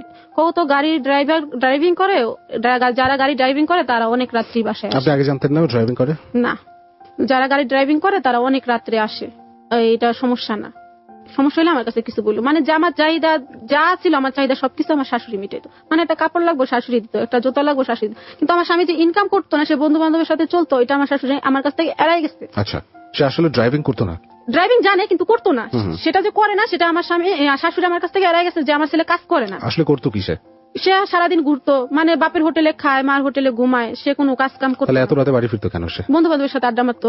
একদিন আমার বাবা যখন কাঁচামাল আনতে রাত্রে 12টার সময় যাইতেছিল, তখন আমার হাজবেন্ড অনেক ছেলে মেয়ের সাথে ওইখানে রাত্রে কয় কি যে একটা কাঁচের সিরাপে বোতলে করে কি যেন খাইতে দেখতেছে। পরে যে বাবা ডাক দিব, তখন ডাক দেয় নাই। পরে কয় কি ডাক দিব, অনেক ছেলেদের সাথে, আবার সে হাতে সিগারেট, একজনেও খাইতেছে, একজনেরটা আরেকজনে নিয়ে খাইতেছে, আরেকজন। বাবা অনেকক্ষণ দাঁড়ায় দাঁড়ায় দেখলো, মানে জামাই একটা ডাক দিব কিনা। পরে বাবা পাশে দিয়ে এড়াই গেল, মানে বাবারই তো তাও খেয়ালই করলো না। পরের দিন আমি বাবার বাসা যখন নাইর আসলাম, বেড়াইতে আসলাম, তখন বাবা বললো কিরে তোর হাজবেন্ড রাত্রে কি করে? মা তো বলে রাত্রে গাড়ি চালায়, দিনের বেলা সারাদিন ঘুমায়, কি করে আমি তো জানি না। পরে কয় আমি তো একদিন দেখলাম রাত্রে তোর জামাই কি কাশি হয়েছে? কই না, মাঝে মাঝে তো কাশে দেখি। কয় সিরাপ খাইতে দেখছি, লাল একটা সিরাপের বোতলে। পরে আমি আবার এটা শুই না মার কাছে যাই, আমি বললাম যে মা আপনার ছেলে তো রাত্রে সিরাপ খায়, আপনার ছেলে কি কাশি হয়েছে কিনা, যে এটা যে ড্রিঙ্কস, তখন আমি বুঝতাম না। তখন আমি আমার এই কথাটাই আমি আমার ভাইয়ারে বললাম, ভাইয়া কিন্তু ওই সম্পর্কে সবকিছু জানা গেছে। তখন বললাম ভাইয়া কাস্তের সিরাপে করে। পরে ভাইয়া কইলো কি এগুলির নাম আমি শুনছি, কিছু কিছু আছে ফেন্সিডিল, হিরোইন, এগুলি তোর স্বামী মনে এগুলি খায়। মানে ভাইয়া তো আমার সাথে সবকিছু ফ্রি, মানে একসাথে পড়ছি। দূর ভাই আপনি যে কি কন, মানে আমি আরো এড়াই গেলাম আমার ভাইয়ারে। তো সর তোর লোক কথাই কইতে মন চায় না, তোর জামাই যে ফেন্সিডিল খায়, বাবা নিজে দেখছে আর তুই কস যে না। আমাকে বাবাই তো চিনেই না সিরাপ কইলো, আমি তো দেখছি কাঁচের বোতল, এটার ভিতরে কি আছে এটাকে আমি দেখছি। খায়া খায়া কোন সময় দেখা যায় তো বোতলটাই ভাঙ্গিয়াই ফেলায়, রাখে না, ওই বোতলটা আস্তা রাখে না, ভাঙ্গিয়া ফেলায়। পরে ওইগুলি খাইতো। পরে আমার শাশুড়ি বলতো না, এড়াই যেত। পরে বলতেছে যে বউ যদি একদিন টের পায় তাহলে মনে হয় এই সংসার করবো না। মানে এমনি তো আমার ছেলে কাজ করে না, তারপরে তো আমার ছেলে ড্রিঙ্কস করে, তাইলে কি করবো? তাইলে বউর একটা বাচ্চা হইলে মনে থাকবো। পরে 2007-06 আমার প্রেগনেন্ট হয়ে, 7-এ আমার মেয়ে হয়। বয়স কত তখন আপনার? বয়স 15 বছর। আচ্ছা, প্রিম্যাচুর একটা এজ। এবং সেই সাথে আপনার হাজবেন্ড হচ্ছে একমাত্র কাজ করে সেটা হচ্ছে সে নেশা করে। হ্যাঁ, নেশা করে, কোনো কর্ম জানে, সে ড্রাইভিং জানে, সেটা আমার শাশুড়িও জানে, আমিও জানি। নেশাগ্রস্ত মানুষ যাই জানুক না কেন ওটা ভুলে যায়, ওটা করার জন্য কোনো স্পৃহা ইন্সপিরেশন তার ভিতর থেকে আসে না। নেশা সবকিছু ধ্বংস করে ফেলতে পারে। এত প্রচারণা রেডিওতে, টিভিতে, রাস্তাঘাটে যে নেশা করার এগেইনস্টে, এগুলো কেন? কারণ একটা মানুষকে কিন্তু একমাত্র ধ্বংস করে ফেলতে পারে নেশা, যে কোনো প্রকার ধরনের নেশাই হোক না কেন, সবকিছু ধ্বংস করে ফেলতে পারে। যে আপনার হাজবেন্ড কাজ করতে পারতো কিন্তু সে করতো না। তারপরে আপনার কি হাজবেন্ডের সাথে, এরকম একটা হাজবেন্ডের সাথে অ্যাডজাস্ট করতে কি কি অসুবিধা হতো, ঝামেলা হতো না? ঝামেলা তো আমি বুঝতাম না তখন, বয়স কম। তারপর আমার শাশুড়ি ঝামেলাটা বুঝতে দেয় না। আমার যত চাহিদা তো শাশুড়ি মিটাইতো, মানে আমার চাওয়ার আগে শাশুড়ি তো, আমার তখন খুব ভালো লাগতো। মার বাসায় চাইলে দিত না, শাশুড়ি চাওয়ার আগে দেয়, কাজ করার আগে খাবার আইনা দেয়, মানে আমি চাওয়ার আগে সবকিছু আমি পেয়ে যেতাম। আচ্ছা, যে কারণে এরকম একটা অভাবী ফ্যামিলি থেকে একটা মেয়ে সিলেক্ট করলো, এবং মেয়েটা কম বয়স। যেটা ব্যাপার হচ্ছে কি, ওই মা বই ফ্যামিলি হয়তো ভেবেছে যে ছেলেটাকে বিয়ে দিলে হয়তো ছেলেটা ভালো হবে, চেঞ্জ হবে। আচ্ছা, এরকম একটা ব্যাপার কিন্তু কাজ করে সবসময়। আলটিমেটলি এরকম কিছু কি হয়েছিল পরে, সেগুলি শুনতে চাই, বলেন। পরে যখন শাশুড়ি একটা মেয়ে হইলো, তখন শাশুড়ি চাইতেছে যে একটা যখন মেয়ে হয়েছে, এখন বউকে আস্তে আস্তে বলি ওর স্বামী যে কিরকম। পরে শাশুড়ি একদিন আমার বলতেছে রাত্রে, দেখো তোমার হাজবেন্ড তো কাজ করে না, রাত ভোর ঘুরে, তুমি একদিন বইলো যে কাজ না করলে বাপের বাড়ি চলে যাও। মানে শাশুড়ি নিজে থেকে বলছে যে আর আসবো না, মেয়েকে নিয়ে চলে যাও। পরে শাশুড়ি যখন বললো, আমি বললাম হাজবেন্ড, দেখেন আপনি তো কাজ করেন না, এই যে মেয়েটা হয়েছে, মেয়েটা আমার বুকে দুধ খাইতো না, লেকটোজেন খাওয়াইতে হইতো, শাশুড়ি কিনা দিত মাঝে মাঝে। হাজবেন্ড হয়তো একদিন গাড়ি, তখন মেয়ে হয়েছে যখন, তখন একদিন গাড়ি যাইতো, সপ্তাহের ভিতরে 2 দিন চালাইতো, আর পরে সপ্তাহ বসেই থাকতো। মেয়ে দুধের টাকাটা হইলেই হইতো, আর বাজার তো শাশুড়ি আসতেই। পরবর্তীতে দেখা যায় আমি বুঝাইলে সে বুঝতো না। পরে শাশুড়ি বলতো যে থাক, করে বুঝাইলে মনে লাভ হইতো না। যাই হোক, আমি বুঝতেও পারতাম না যে আমার গর্ভে আরেকটা বাচ্চা আইসা পড়বো। আচ্ছা, ততদিনে প্রথম বাচ্চা কতদিন বয়স? 18 মাস। তখন আমি আবার প্রেগনেন্ট, 5 মাস হয়ে গেছে, আমি বুঝতেও পারিনি। মানে আমার যে গর্ভে একটা বাচ্চা আছে আমি নিজেও জানি না। তখন আমার মেয়ে যখন 18 মাস, তখন আমি রাগ করে বাপের বাড়ি চলে যাই, যে কাজ করে ঠিক মতো, শাশুড়ি কয়দিন চালাবে। তখন আমি ফুল অর্ধেক জানা লেছি যে আমার হাজবেন্ড কি ধরনের। তখন আমি বাপের বাড়ি চলে যাই। পরে আম্মা যে আমার শাশুড়ি যে আমার নিয়ে আসছে, যে চলো বউ কি করবা রাগ কইরা, ওদের ফ্যামিলি রে, ওর তোমার শ্বশুর এরকম, একদিন কাজ করলে 10 দিন কাজ করে না, বা আমি তো এই সংসার করতে করতে বুঝা গেছি, ডাইল ভাত যাই খাওয়াই চলো। পরে দেবরের যখন বিয়ে করালো, দেবর ঠিকই দেবরের বউ নিয়ে সুখে শান্তিতে আছে। ওই আমার হাজবেন্ড বাজারে টাকা দিত না, দেয়া দেবরও দিত না, মানে হিংসি বাইদের ভিতরেই। তো শাশুড়ি মাঝখানটা কষ্ট পাইতো, শাশুড়ি যা পাইতো তাই রান্না করতো। এই কষ্ট দেখে আমি কি করলাম, আমার বাবা তো কাঁচামালে তরকারি বিক্রি করে, তখন আমি কি করলাম, বাবার যা শেয়ার করলাম যে বাবা এরকম তরকারি খাইতো, এখন বর্তমানে কষ্ট হয়ে যেতেছে, শাশুড়ি তো আর কতদিন চালাইবো, শ্বশুরও তো কোনো কর্ম করে না, আর আমার হাজবেন্ডও না, দেবরও না। তাহলে ওই ফ্যামিলি চলতো কিভাবে? 2টা রুমের ভাড়া পাইতো। আচ্ছা, 2টা রুমের ভাড়াই সব খরচ মেটাতো, আর 3টা রুমে আমরা থাকতাম। ওইভাবেই পরে দেখা গেল যে বাবা বলার পর, থাক তরকারির কষ্ট করিস না, সকালবেলা করে আমার কাছ থেকে এসে তরকারি নিয়ে যাইস। কিছুদিন, অনেক দিনই বাবার কাছ থেকে এসে তরকারি নিলাম। ছেলে যখন পেটে আসছে, তখন আরেকটা কাহিনী করলো কি, আমি বাপের বাসাতে শাশুড়ি বাসায় যাওয়ার পরে বলে যে, আমি বললাম যে আম্মা আমার পেটে না কেমন জানি লড়ে, মানে আমি বলতে পারি না। পরে কি বলো, মার শাশুড়ি খুব শোনা গেছে যে এই অভাবের বাজার একটা মেয়ে, তাও দুধ কিনতে পারতেছি না, যদি আরেকটা বাচ্চা হয়, আবার জালের ছেলে হয়েছে তখন ছোট, যে এই অভাবের বাজার যদি আরেকটা বাচ্চা হয়, তখন শাশুড়ি অনুমতি দিল যে সন্তানটা নষ্ট করে ফেলো। তখন আমি আবার আমার হাজবেন্ডে বললাম, দেখেন আমি তো আবার দ্বিতীয়বার মা হইতে যেতেছি, তা আপনি কি বলেন। মানে হঠাৎ করে শুনেছি, এমন ভাবে অবাক হলো যে বাচ্চা ওর না। পরে হঠাৎ করে বললো যে বাচ্চা আমার না। পরে এটা আমার শাশুড়ি পাশের রুমে থেকে শুনে এসে দৌড়ে এসে আমার হাজবেন্ডের সাথে সাথে একটা থাপ্পড় দিল। তো এটা কি বলি, ওই থাপ্পড়ের জোরে সে কি করলো, একটা কাপড় ছিল, একটা শার্ট, একটা প্যান্ট নিয়ে, একটা শপিং ব্যাগে নিয়ে বের হয়ে গেল, আমি যেতেছি, তুমি তোমার ছেলের বউ নিয়ে থাকো। আচ্ছা, ওইটা নিয়ে সে 1 সপ্তাহ যাবত চলে গেছে, কোথায় গেছে সে নিজেও বলেনি। পরে শাশুড়ি থাক, পরে শাশুড়ি কিছু টাকা দিল, দেখো এটা কিছু নষ্ট করতে হবে। স্বাস্থ্য সেবায় গেলাম, পরে 5 মাস হয়ে গেছে, এটার কিছু করা যাবে না, রাইখা দিতে হবে। পরে রাইখা দিলাম। টাইম পিরিয়ড আছে, যেটা জিনিসটা করা কিন্তু আসলে খুব একটা অন্যায়, যেটা আমি মনে করি। কারণ একটা জীবন আসছে, একটা বৈধ সম্পর্ক থেকে একটা জীবন আসছে, সেই জীবনটাকে নষ্ট করে ফেলা ওয়ান কাইন্ড অফ কিলিং, মানে একটা হত্যা। হয়তো অনেকে খুব অসুবিধায় পড়ে, মানে যত বড় অসুবিধা হোক না কেন, ধরে নিলাম যে একেবারে সম্ভবই না একটা মানুষের পক্ষে এই বাচ্চাটাকে পৃথিবীতে আনা, তাহলে যখন সেই বাচ্চাটা আসার যে প্রসেস, বা বাচ্চাটা যেভাবেই আসলো গর্ভে, তখন সব সাবধান উচিত ছিল, আগে ভাবা উচিত ছিল। কিন্তু এক্ষেত্রে আপনি বুঝতে পারেননি, এটা আপনার একটা প্রিম্যাচুরিটি, কারণ আপনার বয়সও তখন কম। যাই হোক, আপনাকে দোষ দিচ্ছি না, কিন্তু এখন যেটা হতে যাচ্ছে সেটা করেছিলেন ফাইনালি? মানে না, সেটা করিনি। তখন আমার মেয়ে হয়েছে পরে, ওই তখন তো ছেলে কিনা মেয়ে, তখন তো আমি বুঝলাম না। তখন শাশুড়ি বাসায় মার সাথে আবার 2টা বাচ্চা, স্বামী এরকম, মানে মা আমারে কিরকম জানি দেখতো, যে অভাবের সংসারে সেই না আমার গাড়ি এসে পড়ে, আমারও তো অভাবের সংসার। পরে মার সাথে এরকম হইলো, পরে শাশুড়ি জিজ্ঞেস করলাম, থাক তোমার মার বাসায় যাওয়া লাগবো না, দ্বিতীয়টার সময় এখানেই থাকো। পরে ওইখানেই থাকতাম, বাবার কাছে তরকারি না চলতাম এইভাবেই। পরে কিছুদিন যাবত ছেলে হয়েছে, পরে শাশুড়ি, ছেলের 6 মাসের বয়সের সময় শাশুড়ি একটা জমির সংক্রান্ত নিয়ে মারামারি লেগে শাশুড়ি মারা যায়। হ্যাঁ। মানে কেন মারা যায়? মানে জমি সংক্রান্ত একটা ঝগড়া লাগে, ওইখানে যে উপস্থিত হয়, ওইখানে ওনার মাথায় আঘাত লাগে, তারপর উনি মারা যায়। সেটাই, মানে ওনাকে মারা হয় আর কি, তাই তো? ইচ্ছাকৃত ভাবে কি ওনার মাথায় আঘাত করা হয়? হ্যাঁ, ইচ্ছাকৃত। মানে ওনার ছেলেদের সাথে মারামারি হইতেছে, ওনার হাজবেন্ডের সাথে মারামারি হইতেছে, উনি সেটা ঠেকাইতে গেছে, ওনার মাথায় বাড়িটা লাগে। হ্যাঁ, বাড়িটা লাগে। আর যারা শত্রুপক্ষ যারা মারতে আসছে ওরা তো ইচ্ছাকৃত ভাবে যারা পারে তারই ওরা প্রস্তুত নিয়ে আসছে যে আজকে মারামারি করবে। একটা জায়গা নিয়ে আমার শ্বশুর খুব দুর্বল, ওনার সম্পত্তি আরেকজনের দখল করে রাখছে, আজও পর্যন্ত ওই জায়গা উদ্ধার করতে পারে না। আচ্ছা, উনি কি মারা গেলেন কি সাথে সাথেই নাকি? না, সাথে সাথে না, উনি হসপিটালে কিছুদিন ছিল, কিছুদিন যাওয়ার পরে মারা গেছে। আচ্ছা, উনি মারা যাওয়ার আগে যে আমি যে অভাবটা ফিল করতাম, উনি বলতো যে দেখো তোমার যে অভাব তার চাইতে বেশি অভাব আমি করছি। 3 বাচ্চা নিয়ে আমি এরকম দিন গেছে যে আমি ভাত নিয়ে বসে রয়েছি, তোমার শ্বশুর একটা ডিম ভাইজা দিছি, তোমার শ্বশুর ডিম দিয়ে ভাত খাই উঠছে, আমি যে ভাত নিয়ে বসে রয়েছি আমার এই কথাটা বলে নাই যে একটু ডিম ভাইয়া দিয়ে তুমি খাও, এরকম কথাটা তোমার শ্বশুরের কাছ থেকে আমি শুনি নাই। মানে আমার কষ্ট যে আমি কাঁদতাম তখন সে তার কষ্ট দিয়ে আমারে বুঝাইতো। যখন শাশুড়ি মারা গেছে তখন বুঝানোর মতো কেউ ছিল না, জাল তো আমার সাথে তখন মিশতো না। জাল এই অভাবের কারণে জাল বেশিরভাগই তার বাপের বাড়িতেই থাকতো। জালের বাপের বাড়ি একটু ভালোই মোটামুটি ভালো ছিল, দেবরও মোটামুটি ভালো কাজ কাম করতো, মানে আমার স্বামীর মতো ওরকম ছিল না। দেবর যা কাজ কাম করতো তা দিয়ে আমাদের দিত না, যা তার প্রাপ্য। আমার স্বামী যদি 50 টাকা দিত সেও 50 টাকা দিত, আমার স্বামী যদি 100 টাকা দিত সেও 100 টাকা দিত, এর বেশি দিত না, এর বেশি কামাই করলেও দিত না। আমার শাশুড়ি মারা যাওয়ার পরে থেকে শুরু হলো আমার জীবনের কষ্ট কারে বলে আমি তখন বুঝতে পারছি যে আমার ছোট ছেলে ঘর এরকম কোমর পর্যন্ত নিচে হয়ে গেছে, মানে উপরে রাস্তা ভরতে ভরতে পরে কোমর পর্যন্ত নিচে। ছোট ছেলে ও হামাগুড়ি দিয়া কাগজ টুকাইয়া প্যান্থারের কাগজ একটা পাইছিল, পাইয়া ওইটা মুখে নিয়ে খাইতেছে। আমার হাজবেন্ড কোত্থেকে জানি আইসা দেখে ওই কাগজটা, মানে ওইটা নিয়ে আমার অনেক চর্চা করতেছে যে এই কাগজটা কোত্থেকে এলো।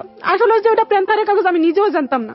আমি তো এটা কিসের কাগজ এটা নিয়ে কি সমস্যা, কি ইন্দুরে মাটি উঠাইছে, আমি পরিষ্কার করি না, এই জন্য তোমার এরকম করতে হইব। মানে আমি খুব ভালোভাবে বলতেছি, কিন্তু না, ও সেই ভালোটা মানতেইছে না যে এই কাগজটা কই থেকে এলো। মানে আমি কারোর সাথে এই রুমের ভিতরে ছিলাম কিনা তখন আমি বুঝতাম না যে আমার এই নোংরা পরিবেশ আমার নিয়ে যাইতেছে। সামান্য একটা কাগজ এলে মুখে দিছে, এর জন্য হয়তো বকাবকি করতেছে। আপনি বুঝতে পারেন না যে এটা কিসের কাগজ? না, আমি বুঝতে পারি না। আমার হাজবেন্ড বুঝতে পারছে দেখে তো আমার বকাবকি করছে। পরে আমি বকাবকি শুনি না, আমি আমার তখন শাশুড়ি ছিল না, মার কাছে বললাম, মা কয় থাক, ছোট মানুষ খাইছে, পেট খারাপ হইব দেখে হয়তো স্বামী এসব কথা কইছে। পরে আমি কইলাম কিন্তু পেট খারাপ হওয়ার জন্য তো না, মানে ব্যাপারটা তো অন্য। হ্যাঁ, ব্যাপারটা অন্য, মানে আমার মা বুঝতে পারলো না ব্যাপারটা। আমি একটু লেখাপড়া করছি, আমি একটু হলেও বুঝছি যে আমার হাজবেন্ড অন্য লাইনে নিচ্ছে আমারে। পরে যখন এটা গেল তারপরে আমি বললাম যে মা, আমার শাশুড়ি থাকতে তো বাজার খরচ যাই চালাইছে, এখন তো খুব অভাব পড়ে গেছি, এখন কি করবো, জামাই একদিন কাজ করে 5 দিন কাজ করে না, 2 ছেলে মেয়ে, দুধ কিনতে হয়, তাহলে আমি কি করবো। তুই একটা কাজ কর মা, যে পাশে হুজুরের বউ হাতের কাজ শিখতেছে, তুইও হাতের কাজ শিখ। পরে আমি একটা ছোটখাটো টেলারি কাজ শিখতেছি, তখন আমি নিজে জামা কাপড় নিজে বানাইতে পারি। একজনের কাছ থেকে সেকেন্ড হ্যান্ড একটা মেশিন 1500 টাকা দিয়ে আমি কিনছি, সেটাও আমার মা কিনা দিচ্ছে, তাও আসতো না বাসায়। নিজেরটা নিজে বানায়া নিজেরটা নিজে পড়তাম। একদিন দেখা গেল যে উনাদেরই একটা আত্মীয়, উনার স্টাফ আমার পাশে এসে ওনার প্রেমের কথা বলতেছে, মানে একটা মেয়ের সাথে যে প্রেম করে, যে ভাবি দেখেন আমি একটা মেয়ের সাথে প্রেম করি, এরকম এরকম। আমার শ্বশুর আছে, আমার শ্বশুর এটা আবার জিনিসটা দেখতেছে, আমি টেলারি কাজ করতেছি, মানে ছেলেটা পাশে বসে বলতেছে। আমার হাজবেন্ডে আমাদের টেনশন নিয়ে সন্দেহ করছে, এই ব্যাপারটা নিয়ে আমি বুঝি না যে দ্বিতীয়বার আমার সন্দেহ করব। এই বিচারটা দিল কি, আমার শ্বশুরে জানলা দিয়ে দেখছে যে ছেলেটার সাথে আমি কথা বলতেছি। আপনি কথা বলছিলেন? হ্যাঁ, বলতেছি, কিন্তু কথাই বলতেছি ছেলেটার সাথে। ছেলেটা আমার সাথে শেয়ার করতেছে, বা ও যে আসে আমার বাসায়, ও আমার হাজবেন্ডই নিয়ে আসে, আমার হাজবেন্ডের সূত্রেই ও আসে, আমার কোনো আত্মীয় স্বজন না যে আমার ঘরে আসে সাহস পাইল। আমার হাজবেন্ডের স্টাফ হিসাবে ও আসে। আমার হাজবেন্ড যেন কোথায় গেছে ওই সুযোগে বলতেছে যে ভাবি দেখেন, মেয়েটার আমি এত বছর যাবত ভালোবাসলাম, এত কিছু দিলাম, সে আমার এখন চোখ পল্টি দেয়। মানে ওর প্রেম যে করছে, আমি আবার কি দিলাম বুদ্ধি, যে ওরা নিয়ে চলে যান অনেক দূরে, যে ও যখন চোখ পল্টি দিতেছে অনেক দূরে নিয়ে, তারপর আপনি বিয়ে করে পরে আপনিও চোখ পল্টি দিতে পারবেন। বিয়ে করলে তখন কই যাইবো। পরে শ্বশুরের পাশে দাঁড়ায় মানে শুনতেছে, এইসব কথাগুলি তার জোরে বলতে পারি না। মানে আজকে আমি সাহসে এইখানে বলতেছি, তখন আমি ওইখানে বলতে পারি নাই, তখন আমার শাশুড়িও নেই। শ্বশুরে কি করলো, এই কথাটা আমার ননদকে বললো যে ওর বউ তো এরকম এক ছেলের সাথে কিরকম জানি কানাঘুষি করে কথা বলতেছে। পরে বলতেছে পরে যে নন্দে আবার কি করলো, মাইন্ড করলো ব্যাপারটা কি, কানাঘুষি করে কথা বলবো। সেদিন ভাই বললো যে ঘরের ভিতরে একটা কি পাইছে, তাহলে কানাঘুষি করে ছেলের সাথে কথা বলে সমস্যাটা কি।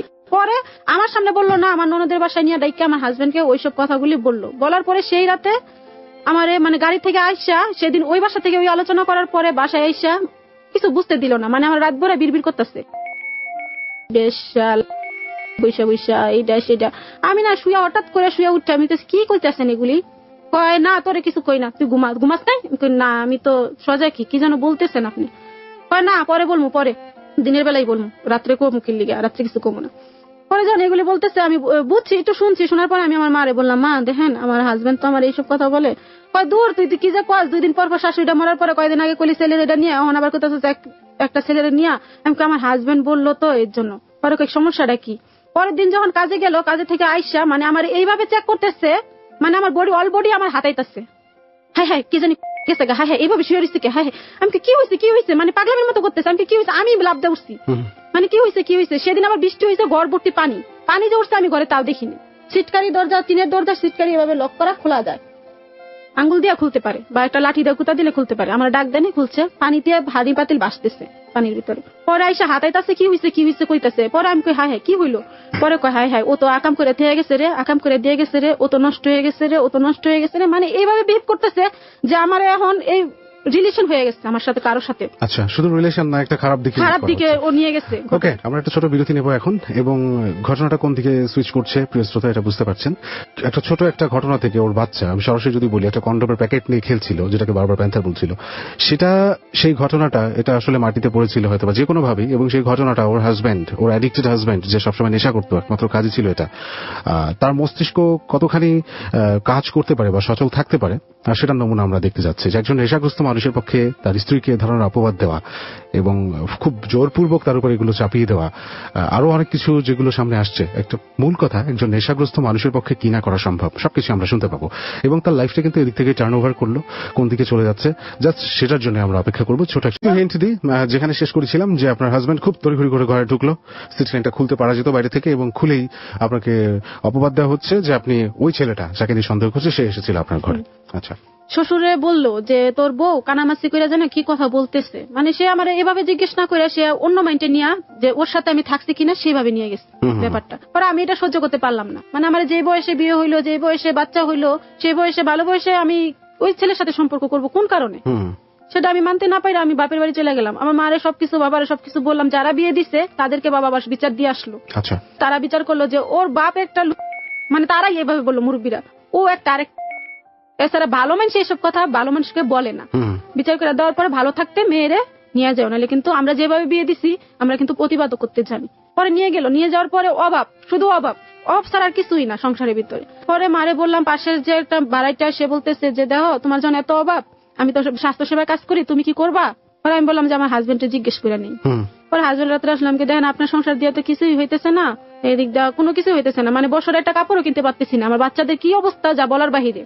পরে ঠিক আছে করতে চাও তাহলে করো, মানে মার্কেটিং একটা জব নিলাম, সার্টিফিকেট কিছুই লাগে না, মানুষদের যে বুঝাইতে হয় হাসপাতালে আসবো কিনা, কোন রোগের কোন চিকিৎসা, সেটা 1 বছর কাজটা করলাম। 1 বছর করার ভিতরে ওইদিকে যেরকম স্যার অফিসার বা ম্যাডাম সবকিছু আছে, ডাক্তার আছে, সবকিছু আছে, যে ও যে আমার সন্দেহ করতেছে ওই সন্দেহের ভিতরেই রয়ে গেছে। আচ্ছা, একদিন আমার একটা স্যার ফোন দিল রাত্রে, ফোন দেওয়ার পর কালকে এরকম একটা ডিউটি আছে, সারাদিন করতে হবে, তোমার কিন্তু অনেক সকাল করে আসতে হবে, তোমরা যারা যারা কাজ করো তাদেরকে সবাইকে বইলা দিও, মানে ফোনটা সে আমারই দিছে। সেই ফোনটা নিয়েই সেই সূত্র খুঁজতে পাইলো যে আমি কার সাথে প্রেম করি, ওই স্যারকে নিয়ে সন্দেহ শুরু করলো। আচ্ছা, সন্দেহ শুরু করলো, স্যারকে নানান ভাবে নানান ধরনের SMS করতেছে, আমার 2টা বাচ্চা আছে, শিমুরে নিয়ে গেলে আমার 2টা বাচ্চা এতিম হয়ে যাইবো, আপনি তো লাইফে অনেক কিছুই পাইবেন, আমার কাছ থেকে শিমুরে নিয়েন না। আচ্ছা, ওনাকে ফোন দিয়ে এগুলো বলতেছে? হ্যাঁ, ওনাকে ডাইরেক্ট ভাবে ফোন দিয়ে বলতেছে। আচ্ছা, উনি ওপাশ থেকে কি বললেন? উনি তো এই ব্যাপারে জানি না, মানে সে শিমুর হাজবেন্ড বলে বলছে, কিন্তু সে বলতেছে আমি তো এই ব্যাপারে জানি না, আপনি কি বলতেছেন? আচ্ছা, আমি শিমুর আসলে জিজ্ঞেস করবো, আপনাদের পারিবারিক কোনো সমস্যা হয়েছে?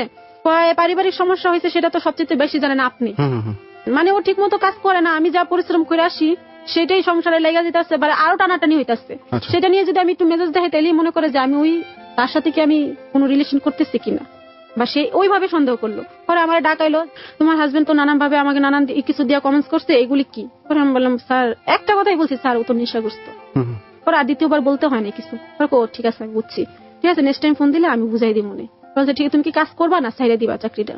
পরে আমি স্যার আমি যদি চাকরিটা ছেড়ে দিই আমার 2টা বাচ্চা নিয়ে আমি খুব কষ্টে, আমার বাবা মার বাসায় আমি কয়দিন যেতে পারি, শাশুড়ি মরার পরে আমি যতবার বাবার বাসায় গেছি মনে তার চেয়ে কম ওর বাসায় থাকছে, এই কাজটা করার পর্যন্ত আমি আমার বাবার বাসায় যাইনি। পরে এটা করার পরে ঠিক আছে করো, আমি তোমার হাজবেন্ড যদি আমার সাথে দেখা করে আমি ভালোভাবে বুঝাই দেবো, যে ধরনের সন্দেহ করতেছেন ও এই ধরনের না।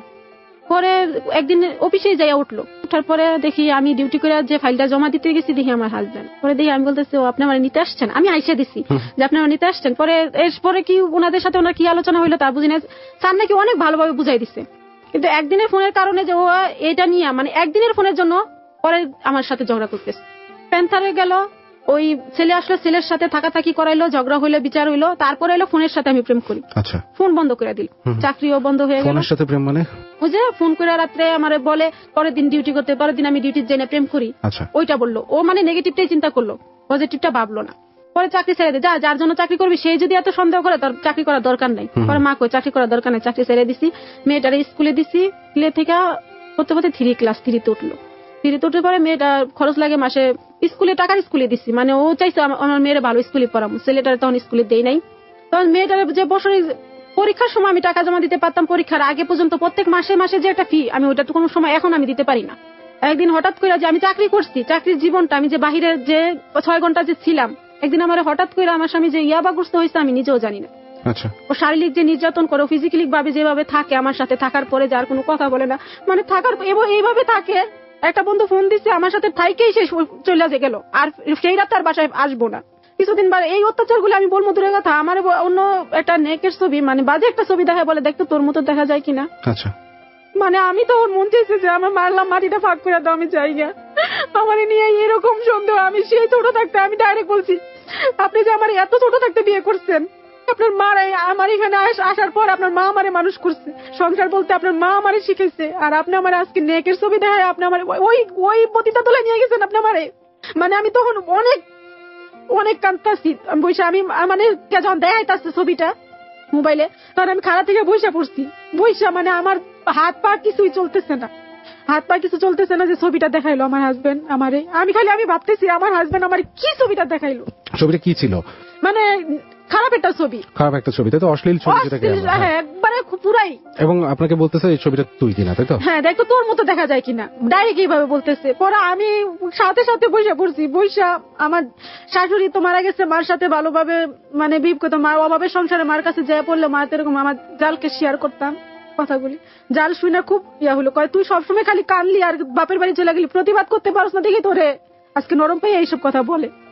পরে আমি বলি কি প্রতিবাদ করবো, এই কথার কি প্রতিবাদ করবো, আমি রাস্তায় গেলে তো এই কথাই বলবো।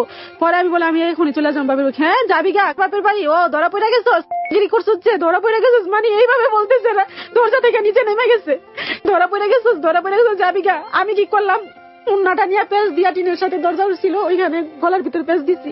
ও কি করছে, মানুষের অন্য লোকজনটাই কেনে দেখাইতেছে, দেন খারাপ কাম করছে, আর আমি কোয়াতে ও ফাঁস লটকাইতেছে। ওর বাবা এসে আবার কি করলো, ওর একটা থাপ্পড় মারলো। এতটুকু আমি বিচার পাইছি যে ওর বাবা একটা এসে থাপ্পড় মারছে, মারার পরে আর কোনো বিচার না। মা শোনা কয় এরকম 2 দিন পর পর আমার মেয়েরে বলে অন্যের সাথে সম্পর্ক, এইবার নিয়ে গেলে আর দিমু না, এবার সারাসারি করাই ফেলবো। পরে মা নিয়ে গেছে, নিয়ে যাওয়ার পরে মার বাসায় 2.5 মাসের মতো থাকতে পারছি। পরে আবার ওর আত্মীয় স্বজন বা ও নিয়ে আসতে, যাক আমার ভুল হয়েছে, আমি আর এর সম্বন্ধে কোনো কিছু বলবো না, আমার দেন, আমি নেক্সট টাইম ভালো হয়ে যাবো। একদিন কাজ করলে 5 দিন কাজ করে না, এইভাবে সংসার চলতেছে। মেয়েদের পরীক্ষার ফি সবকিছু নিয়ে আমি আরো 40,000 টাকা ঋণে পড়ে গেছি। আমি চাকরি করে পিছনের ঋণগুলি দিছিলাম, 40,000 টাকা ঋণে পড়ছি। পড়ার পরে এই ইদানিং যাবৎ আমি যে বৈশাখের যে একটা দিন আমার খালা আসছে বেড়াইতে, আমাদের এখানে মেলা হয়, তো মেলাতে খালা কইতেছে তোদের বাসার দিকে মেলা হয়, আমার কাছে নাই 1 টাকাও। তো খালা আসছে এত দূরে থেকে, খালার 2 ছেলে, বড় 2 ছেলে, আমার ছোট, আমার 2 ভাই ছোট। তো এক ভাই ওর বন্ধু বান্ধবের সাথে চলে গেছে, এখন বলতেছে আপা তোমাদের মেলা হয়, খালারে নিয়ে তুমি ঘুরাও গা, আমি তো অনেক দূরে যেতেছি। খালার 2 ছেলে, 1 ছেলে অনেক ছোট, 1.5 বছর, আর আমার ছোট ভাই, ওরে নিয়ে আমি মেলায় গেছি। পরে খালা আবার করতেছে তোর জামাই অনেক মাইন্ড করে, এটা করে, তোর জামাইরে জিজ্ঞেস করে নিস, লাগলে তোর জামাইয়ের সাথে করে নিয়ে আনিস।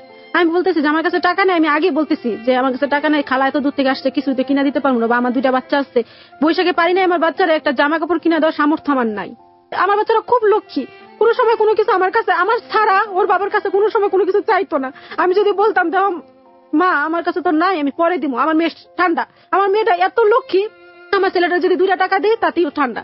পরে মেলায় আমি কই কি মার কাছে যে আমি কই মা আমার কাছে তো টাকা নাই, তো ছেলে মেয়েগুলো যদি মেলায় যায় কয় চিন্তা করস, ওর মামারা আছে ওর কিনা দিব না। পরে আমি আমার জাল বলি, জালে আমিও তো যাইতাছি, তোর কাছে টাকা নাই, এটা তো আমি জানি, আমি দেখ মনে চল। পরে আমি হাজবেন্ডের ফোন দিলাম, 3বার ফোন দিছে, হাজবেন্ড বাসায়। আমি বলছি আমি তো ছেলে মেয়ে কান্নাকাটি করতেছে, মেলায় যেতে আমি কি যাবো? কয় যাও ওদের নিয়ে ঘুরে, আমাকে আপনিও আসেন একসাথে যাই। আমার কাছে জানো না তুমি টাকা নেই, খুব সুন্দর করে কথা বলতেছে, জানো না তুমি টাকা নেই, তাহলে তুমি আমার বলতেছো কেন যাওয়ার জন্য? মানে এটা কই ফোন কাইটা দিতেছে, মানে ও যে ওই জায়গায় একটা নেশা করতেছে, মানে আমি ফোন দিতেছি বিরক্ত হইতেছে। তারপরে আবার ফোন দিছি যে টাকা লাগবো না, চলেন, আই গেলে যা, না গেলে না যা, মানে পরবর্তীতে ব্যবহার এরকম। পরে আমি আবার ফোন দিছি, আচ্ছা আপনি তো বলছেন যাইতে, তাহলে কিছু টাকা দিতে পারবেন? তুই জানোস আমার কাছে টাকা নাই, তারপরে তুই কত বড় সাহস এটা বললি? পরে আমার ভাইদের সাথে আমি গেলে যাওয়ার পরে যাওয়ার সময় অনেক বৃষ্টি, ওই মেলায় ঘুরতে পারলাম না, যাক বৃষ্টি হয়েছে, আমি মনে মনে খুব খুশি যে আমার কাছে টাকা নাই। আমার মা আবার সবসময় একটা জিনিস কি, আমার দুর্বলতার সুযোগ নেই আমার মা, আমার বাবা না, মানে আমার ভাইদের, আমি ছোট ভাইদের আমার বিয়ের পরে পর্যন্ত আমি কিছুই দিতে পারি নাই। আমার এই দুর্বলতা শুধু আমি সারা জীবন আমার ভাইদের কাছে চেয়েছি, আমার বিয়ের পরেই বাবা যে 30,000 টাকা ঋণ হয়েছে, ওই ঋণের কারণে আমার ভাই পড়ালেখা ছেড়ে কাজে ঢুকতে হয়েছে। আমার ছোট যে 2 ভাই তাদেরও একটা কাজে ঢুকতেছে, বেকারিতে কাজ দিতে হয়েছে 30,000 টাকা ঋণে। বাবা এত টাকা ঋণ। আচ্ছা, আপনার মা কিভাবে বললেন দুর্বলতার সুযোগগুলো নেয়? কিভাবে দুর্বলতার সুযোগগুলি নেয়? আমি আমার ভাইদের কিছু দিতে পারি না, সেই দুর্বলতার সুযোগ মানে আমারে বলে যে তোর ভাইদের তো আজ পর্যন্ত কিছুই দিতে পারছ না, তুই আর উল্টা চেয়ে নেস। মানে এটাই তো আমার দুর্বলতা, যে আমি আমার ভাইদের কিছু দিতে পারি না, সেই দুর্বলতার সুযোগটা আমার মা আমার কাছ থেকে নিতেছে। যে আমার যে অর্থ নাই, সম্বল নাই, আমার ভাইদের যে আমি কিছু দিতে পারতেছি না, সেটা কিন্তু আমার মা জানতেছে, তারপর আমার সেটা বলতেছে। আচ্ছা, তারপরে যখন ঝগড়া করে মার বাসায় যাই, মা একদিন সরাসরি ভাবে বইলা ফেলছে যে আমার যদি এই 4টাই ছেলে হইতো তাহলে মনে হয় আমার শান্তি হইতো। একটা মেয়ে হইয়া ওর পিছে আমার এই ঢাকা শহরে এসে যতটুকু আমি জমাবো তার চেয়ে বেশি আমার ব্যয় হইতো। সেটাই। আচ্ছা, এটা হচ্ছে গিয়ে বাপের বাড়ির একটা প্যারা, তাই তো? আর স্বামীর কাছ থেকে যেগুলো হচ্ছে সেগুলো কষ্ট সহ্য না করে বাপের বাড়িতেই আসা আমার। আর কোথাও যাওয়ার মতো আমার জায়গা নেই যে এর বাসায় যাই আমি 2 দিন যাই থাকবো। ওকে, একটা বিরতি নিয়ে আমরা আচ্ছা এরপরে আমরা অনুষ্ঠানের শেষ অংশ নিয়ে ফেরত আসছি। প্রিয় শ্রোতা, আপনি শুনছেন ক্লোজ আপ প্রেজেন্স হ্যালো 8920। যেখানে আমরা বিরতি নিচ্ছি, এখানে যদি কিছু বলতে হয় আমি এটাই বলবো যে অশিক্ষা এবং নেশা, এই দুটো জিনিস কিন্তু গ্রাস করছে আজকে আমাদের অতিথিকে, এবং সমাজে অসংখ্য মানুষ এভাবে আছেন যারা পড়াশোনা সুযোগটা পাননি এবং ক্রমান্বয়ে তারা কোনো না কোনো ভাবে নেশার দিকে ধাবিত হয়েছেন। এটার বেসিক কারণ হচ্ছে যে বাবা মা যদি এই বেসিক শিক্ষাটা দিয়ে না থাকে যে সমাজে কিভাবে চলতে হবে, পড়াশোনার একটা গুরুত্ব রয়েছে, প্রয়োজনীয়তা রয়েছে, এই শিক্ষাগুলো না পাওয়ার ফলে কিন্তু ছেলেমেয়েরা একটা সময় এদিকেই ধাবিত হয়। এবং সেরকম একটা ফ্যামিলিতে ওর বিয়ে হয়েছে এবং সে একমাত্র কাজ হচ্ছে তার নেশা করা। এবং নেশাটা কোন দিকে ঠেলে নিয়ে গেছে দেখেন, ফ্যামিলির যে সুখ সম্পূর্ণ ঘিরে নিয়েছে। স্ত্রীকে এরকম ধরনের সন্দেহ করা, যেটা একটা স্ত্রীর সতীত্ব নিয়ে প্রশ্ন তোলা, এবং তার সবচেয়ে বড় সম্মানহানি স্বামীর কথাতেই, যার চেয়ে বড় কষ্ট আর কি থাকতে পারে একটা স্ত্রীর। এদিকে মায়ের কাছে গিয়ে সে ঠাঁই নিতে পারে একমাত্র, কারণ শাশুড়ি ছিল ওর ভরসার জায়গা, সে শাশুড়িও নেই, মায়ের কাছে গেলেও সে সেই সাপোর্টটা পাচ্ছে না।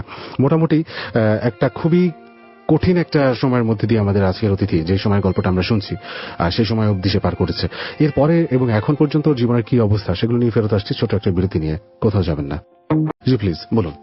মেলা থেকে আসার পরে, ফিরার পরে আমার হাজবেন্ড এত বড় বড় করে চোখ রাখা হয়েছে, মানে আমার বাচ্চা দেখেও ভয় পাইতেছে। আচ্ছা, যে মা কি হইলো, ব্যাপারটা কি? মা ভাতের প্লেট এইভাবে ঢিল মারতেছে, শুইরা ঢিল মারতেছে, বা কি হইলো? তখন রাত্রে বেলা শুইছি, পরে আমার বলতেছে 3 বেড়ার লাগা শুয়ে আইসস, কিভাবে শুইলি? আমি 3 বেড়ার লাগা শুইলাম মানে 3 ভাইয়ের সাথে যাওয়া কি 3 ভাইয়ের সাথে 3 বেড়ার সাথে শোয়া, মানে এইভাবে বলতেছে। এইভাবে যখন বলছে, সেই রাতে আমি পারি নাই যে দরজাটা খুইলা আমি বের হইয়া বাপের বাড়ি চলে আসি। তারপরে সেই রাতে আবার বলতেছে, তাহলে যদি ওই 3 জনের সাথে যদি না থাকস তাহলে তোর বাপের সাথে তুই থাকছস। মানে ওর সিচুয়েশনটা, ওর পাগলামিটা, ভাষা, হ্যাঁ নিজের স্ত্রীকে, হ্যাঁ ওর পাগলামিটা মানে ও আমার বাপের সাথে শোয়া ফেলাইতেছে। পরে আমি কি করলাম, আমার বাবারে খবর দিলাম। মানে সবসময় তো রাগ করে যাই, আমার জাল বলতেছে তুই তো সবসময় রাগ করে চলে যাস, এবার যাবি না, মানুষ তো মনে করে তুই খারাপ, দেখ এবার থাইকা দেখ ওরে কি করতে পারুস। পরে বাবারে খবর দিলাম, বাবা আসলো। আসার পরে এর আগে 1 বছর আগে আমি একটা মামলা করছিলাম, ও অনেক মারছিল, বুকের উপরে লাথি মারছিল, এইভাবে মারছিল, নেশা করে কাজ করে না, কিছু চাওয়াতে এরকম করছিল। পরে বাবা আসছে, বাবা এসে বলে যে আমার মেয়ের এবার নিয়ে যাবো, থাক, এত অত্যাচার আর সহ্য হয় না। আর কতদিন একটা মানুষের কতদিন কার সাথে সহাইতে পারে? শেষ পর্যন্ত আমি আমার বাবার কাছে এই কথাটা আজও আমি বলতে পারি না, যা বাবা আমি যদি ওই 3 ছেলের সাথে, মানে আমার ভাইদের সাথে যদি না থাকি তাহলে আপনার সাথে থাকছি। আমার স্বামী আমার এটা বলছে, এটা যদি বলি তাহলে আমার বাবা আমার খুব কষ্ট পাইবে, এর জন্য আমি এটা না বলে বলছি। আমি মেলা যাওয়াতে আমি ওরও বই লাগেছি, তারপরও আজকে আমি এই কথাটা বলতেছি, বই লাগেছি, তারপর ও আমারে খারাপ ধরনের ভাষা বকাবকি করতেছে, মেলায় যে কার সাথে না কার সাথে থাইকে আসছি, মানে বাবার সাথে এইভাবে বলছি। মানে ও আমার বাবার আঙ্গুল দিয়ে বলতেছে, বেশ্যা মাইয়া হইছস, ভালো মেয়ে জন্ম দিতে পারস নাই। আমার মারে বলতেছে করেছস আমারে, তুই তো প্রেম করে বিয়ে করেছিস, আমার মেয়ের কি তোরে আইদা দিছিলাম? মানে আমার বাবা যখন বেশ্যা মাইয়া হয়েছে তখন আমার বাবা একটা চট করে লয়ে গেছে ওর দিকে মারার জন্য, পরে ও আমার বাবারই মারলো। আপনার বাবাকে মারছে? আমার স্বামী, আমার বাবা এত কষ্ট করে জীবনে আমার অনেক সাপোর্ট করে, তারপর আমার বাবার আমার সামনে আমার বাবার গায়ে হাত তোলে। পরে আমার এলাকার মানুষজন এই সিনটা দেখে আমি বলতেছি, এখন বাবা যাও পুলিশ নিয়ে ওরে ধরাই দাও, আমি তোমার সাক্ষী দিলাম। কিন্তু আমার এলাকার মানুষ ঘর থেকে বের হইতে দিল না, যদি আমি যাই সত্যি সত্যি পুলিশ নিয়ে। কিন্তু আমার মা খুব জেদি ছিল, সে যাই আমার বড় ভাইরে যে পুলিশ নিয়ে আসলো। পুলিশ নিয়ে আসার পরে ওদের এলাকার ভিতরে বড় ভাইটাই টাকা দিয়ে বিদায় করে দিল, ও আর আসলো না। ও ফোনে ফোনে কথা বলতেছে, যা লয়ে যা, সংসার রাখা দরকার নেই। পরে ওর বাবা বলতেছে আসলে ও খাইতে খাইতে মাথা খুব আউলে গেছে, তো থাক সমস্যা নাই, আমরা বুঝা মনে লাগলে ওরে বাইতে খাইতে দিব, বউ খাইতাম না, বউ ভালো, দেওয়ারও সাপোর্ট দিতেছে, নন্দাও সাপোর্ট দিতেছে, শ্বশুরও সাপোর্ট দিতেছে। পর সবার সাপোর্টে মা কি করলো যে আমার অভাবের সংসারে আবার ও আইসা উঠবো 2 ছেলে মেয়ে নিয়ে থাক, ওর স্বামী তো এমনই করে, মানে এত কিছু হয়েছে। তারপর আমার বাবার সাহস পেল না আমার এই সংসার থেকে নিয়ে যাওয়ার জন্য। তখন আমি বুঝছি যে আমি কোনোদিন মনে হয় সংসার থেকে আমি চাইতে পারবো না। যখন আমি বুঝছি যে এই সংসার থেকে আমার চাইতে পারবো না, এই সংসারে থাকতে হইব, সবকিছু শুই নাই আমি ওই সংসারে রয়ে গেলাম। দেখি আমার হাজবেন্ডের ভালো করা যায় কিনা। সবার কাছে আমি সাহায্য চাইছিলাম যে দেন আপনারা, ওর যখন নেশা করতে করতে বাইরে কাজ করে আসে 10টার সময় গাড়ি সাইড করে, ও বাসায় আসে 3টা 2টা 2:30, মানে সেই টাইমে ও খাই আসে। আর পরের দিন সারাদিন ঘুমায়, বাজার খরচের কোনো কথা না। মেয়ের পরীক্ষার ফি দিব না, আমি বাজার করবো যেই টাকায় না তো একবার আমার গয়না 500 টাকা, ওই টাকাটা আমি বাজারে করবো না। আমার মেয়ের পরীক্ষা 4-5 মাসে 5-এ পড়ে, তার কোচিং বাধ্যতামূলক কোচিং দিয়ে দিচ্ছে। আমার মেয়ে ছেলেটারে আমি সরকারি স্কুলে ভর্তি করাই দিছি অভাবের কারণে। মেয়েটার কাপড় চোপড় ভালো করে আমি দিতে পারতেছি না, বাধ্যতামূলক ভাবে কোচিং করতে হবে। সেই কোচিং এর জন্য আমি টাকা জমাই আমি বাজার খরচ খুব কষ্ট করে চলতাম। তারপর আমি কইতাম যে ঠিক আছে সামনে তো ফাইনাল পরীক্ষা, 2য় সেমিস্টার পরীক্ষা, তাইলে আমি বাবার বাড়ি কিছুদিন, এই যে ঈদের পরে, ঈদে পারো নাই আমার 2টা বাচ্চা আমার একটা সুতা দিতে, অথচ আমার ভাইদের কাছে মানে ভাইয়েরা মার্কেটে নিয়ে যাবো, মা সাথে গেছে। যাওয়ার পরে আমার খুব কষ্ট লাগছে। আমার মা বলতেছে কি কিনবি কিন, মেয়েদের জন্য কিন, ভালো তো মেয়েদের জামা কাপড় নাই, যেটা কিন ভালো দেখেই কিনিস, যা কিনুস। পরে মা এটা বলতেছে, আবার বলতেছে কোনো বছরে তো পারলি না ভাইদের দিতে, খালি ভাইদের কাছ থেকে নেস, সারা বছর ঘুরে তো ভাইদের কাছে নেস, জামাই তো পারে না একটা সুতাও দিতে। পরে শুনে আমার খুব কষ্ট লাগলো। আমার মা এই কথাটা কিভাবে বললো, জানে আমার স্বামীর কিছু। আচ্ছা, আপনার মা তো আগে থেকেই বলতো, এখন কি অবস্থা? স্বামীর সাথেই তো আছেন না, এখন বর্তমানে আমি বাপের বাড়ি আসছি। যে কিছুদিন যাবো যে ঝগড়াটা হয়েছে সেটা বলি। যখন আমি চাকরি করছি, ও যখন ফোন দিত গ্রামে যখন ডিউটিটা করতাম, তখন ফোনে একটা রেকর্ডিং আমার শোনাইতেছে ঈদের পরে, যে দেহতার সাথে রেকর্ডিংটা শুনে কিচিরমিচির, মানে একটা সেক্সের গল্পের মতো, মানে কিরকম যেন একটা মেয়ে একটা শব্দ করতেছে, এইভাবে শব্দ করে না আমার শোনাইতেছে রাত্রে, শোনাইতেছে আর বকতেছে। পাশে আমার মেয়ে 5-এ পড়ে, ক্লাস 5-এ পড়ে। পাশে আমার মেয়ে বলতেছে মা আজকে আমার ভালো লাগতেছে না, পাশের রুমে শুমু না, তোমার সাথে শুমু। মানে সেদিন সারাটা রাত ধরে এগুলো শোনাইলো। আমার মেয়েটা পাশে শুইলো, আমার মেয়ের খুব ঘুম পাতলা। সারা রাত ধরে আমি কি শোনাইতেছে এগুলি, একটু ঘুমাইতে দাও, কয় শুন না, বুঝোস না কি শোনাইতেছি, মানে এভাবে বলতেছে যে আমি চমকে উঠছি। আমি আবার কি করলাম, 2টা বছর যাবত আমি চাকরি করি না, কারোর সাথে কোথাও যাই না। আমার একটা জুতা কিনা লাগবে, আমি আমার হাজবেন্ডের সাথে নিয়ে যাই, জালের সাথেও যাই না, বা আমার মার সাথেও যাই না। এটা জুতা লাগবে, আমার স্বামীরে নিয়ে যাই, চলেন। যে আমার মা বলে যে তোর স্বামী যখন এত সন্দেহ করে, কারোর সাথে হাঁটিস না, নন্দেগোর সাথে যাইস না, জালের সাথে যাইস না, আমার সাথেও যাওয়া দরকার নেই। যখন লাগলে পরের দিন কিনবি, তোর স্বামীরে নিয়ে যাবি। বাচ্চাদের একটা কিছু লাগবে, কলম কিনতে লাগবে, তখনও পরের দিন আমার স্বামীরে নিয়ে যায়। তাইলে এখন আমি কি করলাম? তাহলে এই রেকর্ডিংটা শোনার মানেটা কি আমার? আচ্ছা, ওই রেকর্ডিংটা আপনার এরকম কিছু ও বোঝাচ্ছে এরকম? হ্যাঁ, ও বোঝাচ্ছে যে এটা রেকর্ডিংটা আমার, মানে এরকম। কিন্তু আমি তো বুঝতে পারতেছি এই রেকর্ডিংটা আমার না, কারণ আমি এরকম রেকর্ডিং করি নাই। আমি তো নিজে জানি আমি এরকম কাজ কোনো সময় করি নাই। আচ্ছা ঠিক আছে, মানে আপনার দিক থেকে আপনি ক্লিয়ার, তাই তো? 100%? হ্যাঁ, 100% ক্লিয়ার। আমি এখনো কোনো ছেলেদের সাথে মোবাইলে কারোর সাথে, কেউ যদি আমার ফোন দিয়ে, ওই যে চাকরি করছিলাম, যে আমার কোনো যদি ডাক্তার দেখান, আমার নাম্বারটা দিয়ে আসছি, কোনো ছেলে যদি ফোন দেয় বা কোনো মহিলা যদি ফোন দেয় যে সীমাপু যে আজকে এই ডাক্তার বসবে কিনা, আজকে আসবো কিনা, বা এমন যে কোনো ধরনের কথা হলেই ও সন্দেহ করতো, সেজন্য মোবাইল নাম্বার সবকিছু চেঞ্জ করে। আচ্ছা, আপনার জায়গা থেকে আপনি একেবারেই ক্লিয়ার যে আপনার এই ধরনের কোনো সম্পর্ক করার সাথে নেই, ও সব সমস্ত ভিত্তিহীন ব্যাপারগুলো আপনার উপর চাপায়। আচ্ছা, তারপরে কি হলো? আপনি আর ওর সাথে থাকলেন না, তাই তো? হ্যাঁ, ওর সাথে এত কিছু করার পরও যখন ও আমার এখন আবার কি একটা রেকর্ডিং নিয়ে আসছে, তখন আমি কি করলাম, বাপের বাড়ি চলে আসলাম। চলে আসার পরে যে ও তো মার ভালো হইব না, মার কাছে বললাম যে আমি তো কই সব জায়গায় বলি। তো রেকর্ডিংটা শোনার পর আমার শ্বশুরকে বললাম, বাসায় আসি নাই, ওই বাসায় আসার পদ্ধতিতে শ্বশুরকে বললাম, দেবরকে বললাম। পরে বলে যে হ্যাঁ, দেবর মানে বুঝতে পারছে ও যে কত রাত করে আসে, কি খায়, এগুলি এই সম্পর্কে জানে দেবর। শ্বশুরও জানে, আমি হয়তো পুরোপুরি ভাবে জানি না। বলতেছে ওরে রিহাবে দিতে হবে, নয়তো থানায় নিয়ে বলে রাখতে হবে। যখন এই কথাটা বললো রিহাবে দিতে হবে, তখন আমি বললাম তো দেন, আমার বাবারও তো আর্থিক সমস্যা বেশি, আপনাদের চাইতে বেশি। আমার বাবা ভাড়া দিয়ে থাকতে হয়, আর আপনাদের ওই জায়গায় অ্যাপার্টমেন্টে দিয়ে দিল, আমার বাবা ভাড়া গেল, ভাড়া দিয়ে থাকতে হয়, আপনাদের ভাড়া লাগে না। তো দেওয়ার বললো আমার নিজের সংসারই চালাইতে পারি না, শ্বশুর ভাই আমি নিজের কর্মই নাই, 2 রুমের ভাড়া ব্যয় চলে, আমি তোমার জামাই রিহাবে দিব কিভাবে? তাহলে তোমার যে একটা কাজ করো, তুমি থানায় নিয়ে কদিন শিক্ষা দিয়ে আনো। শ্বশুরও বললো, দেওয়ারও বললো। বলার পরে আমি কি করলাম, যে মার কাছে যেটা বললাম যে মা এরকম করে চল, তাহলে জিটির কাগজটা আছে, থানায় দেখি কি কয়, যে রাত ভরে এরকম করে। আমার মেয়ে পরের দিন বললো যে বাবা তুমি কেন মার কাছে এইসব কথা বলো, তোমার কি একটু শরম লজ্জা নাই? মানে মেয়ে যতটুকু বুঝছে অতটুকুই বলছে। পরে মেয়ের দিক চোখ এত বড় বড় করে তাকাইছে, মেয়ে মানে ভয়ে আরেক রুমে চলে গেছে। আমার মেয়ে ফার্স্ট এই কথাটা আমার শুই না, আমার খুব আনন্দ লাগছে যে আমার ভবিষ্যতে যে আমি একটা সাপোর্ট আমার ছেলে মেয়ের কাছেই পাবো যদি ওর সংসার করি। মানে আমার যে কষ্টটা, বা আমি যে কারোর সাথে কোনো সম্পর্ক নেই, তারপরে যে আমি এসব শুনতেছি, মানে ভবিষ্যতে আমার ছেলে মেয়ে এই জবাবটা দিবে, সেটাই। আচ্ছা, তারপরে এখন কি অবস্থা? এখন থানায় গেছি, পরে থানারা বললো নেশাখোরের নেয় না ওরা। আচ্ছা, ওরা নেশাখোরের নেয় না, একমাত্র রিহাবে দিতে হবে। তাহলে রিহাবে দিলে আমি কিভাবে দিব? কিভাবে দিব রিয়াবে, আমার কাছে তো টাকা নেই। মার কাছে বললাম সম্ভব না, পয়সা পর। তো বাপের বাড়িতে আসি, এখন ওরাও আমার সম্ভব না, ওরা আমি চিকিৎসা করার মতো, আর আমার তো কাজ করতে দেয় না, হাতের কাছে একটু জানি, মেশিনও কিনতে পারতেছি না। ভালো একটা মেশিন, একটা মেশিন কিনছিলাম, ওটা নষ্ট হয়ে গেছে। কি করছেন আপনি এখন? কিছুই করতেছি না, বাপের বোঝা হয়ে আসছি এখন। এই তিনটা জীবন, মানে 2টা বাচ্চা, আমি তিনজন মিলে আমার বাপের বাড়ি, এখন আমি বাপের বোঝা হয়ে আসছি। আচ্ছা, বাবার বাড়িতে আছেন। আচ্ছা, আপনার হাজবেন্ডের ব্যাপারটা আপনি জানতেন না, শুরু থেকে একটু যদি রিপিট করি, সেটা হচ্ছে এরকম, আপনার হাজবেন্ড নেশাগ্রস্ত, সেটাও জানতেন না, এবং ওই কারণে হয়তো ফ্যামিলি, এরকম একটা অভাবী ফ্যামিলির একটা মেয়ের সাথে ফোর্সলি, মানে জোরপূর্বক বিয়েটা দিল, বিয়ের ব্যবস্থাটা করলো, এবং তার ফলে কি হলো, যে ভোগ যেটা করার সেটা হচ্ছে যে আপনি করলেন, টিল নাও এখন পর্যন্ত করছেন। ফাইন্যান্সিয়াল কন্ডিশন, আপনার বাবা কি ওই ব্যবসায়ী করে এখনো, সবজি বিক্রিতে? ওই সবজি বিক্রি করতেছে। আমার এক ভাই কাজ করলে করে, না করলে নাই, মানে ছোট ভাই। আর বড় ভাই বিয়ে করছে, বড় ভাই সংসার বড় ভাই চালাইতে পারতেছে না, মানে আমার যে হেল্প করবো বা আমার স্বামীর যে রিয়াবে দিয়া ভালো করে আনবো, সেই ক্ষমতা আমার এখন নাই। প্রিয় শ্রোতা, পুরো গল্পটি আমরা শুনলাম, এবং গল্পের মাঝখানে বারবার আমি একটা কথা বলছিলাম যে গল্পটা পুরোটা শুনবেন, কারণ আপনার জন্য কিছু গল্পটা একটা গাইডলাইন হয়ে সামনে দাঁড়াবে। আমার মনে হয় সেরকমই হয়েছে ব্যাপারটা। ওর জীবনটা অন্যরকম হতে পারতো। ফ্যামিলির প্রেসারে যার সাথে বিয়েটা হলো, বেসিক্যালি ওই ফ্যামিলির দিক থেকে প্রেসারটা বেশি ছিল। তাদের ইন্টেনশন এটাই ছিল যে তাদের ছেলেকে একটা সুন্দর সুপথে নিয়ে আসা। এটা সবসময় শুনে থাকি যে ছেলেকে বিয়ে দেওয়া, ছেলে ঠিক হয়ে যাবে, এরকম বোধহয় কোনো অনুপ্রেরণা থেকেই ছেলেটাকে বিয়ে দেওয়া হলো এরকম একটা ফ্যামিলির মেয়ের সাথে। কিন্তু আলটিমেটলি সাফার করলো কে? প্রত্যক্ষভাবে মেয়েটা, এবং পরোক্ষভাবে পুরো ফ্যামিলি।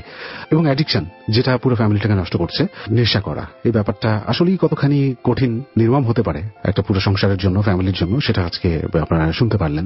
ওর ফাইন্যান্সিয়াল অবস্থাটাও সেরকম নেই যাতে করে স্বামীর চিকিৎসা করিয়ে তাকে ফিরিয়ে আনা হবে সুস্থ স্বাভাবিক জীবনে। স্বামী এবং সন্তানের এই সংসার, যেটা কোনোভাবেই সুখের নয় ওর জন্য, কিন্তু ও চায়, ও কেন, প্রত্যেকেই চায় যে সুন্দর একটা সংসার হোক, এবং মাতৃত্ব যে কত বড় একটা দায়িত্ব, সেই দায়িত্ব ওকে পালন করতে হচ্ছে, সে খরচটা জোগানোর চেষ্টা করতে হচ্ছে ওকেই। একটা ব্যাপার দেখুন প্রিয় শ্রোতা, অনেক মেয়েরাই কিন্তু এরকম পরিস্থিতিতে স্বামী এবং এই সংসারকে ছেড়ে চলে যায়, কিন্তু ও কিন্তু যায়নি। এটা কিন্তু একটা দৃষ্টান্ত হতে পারে। এরকম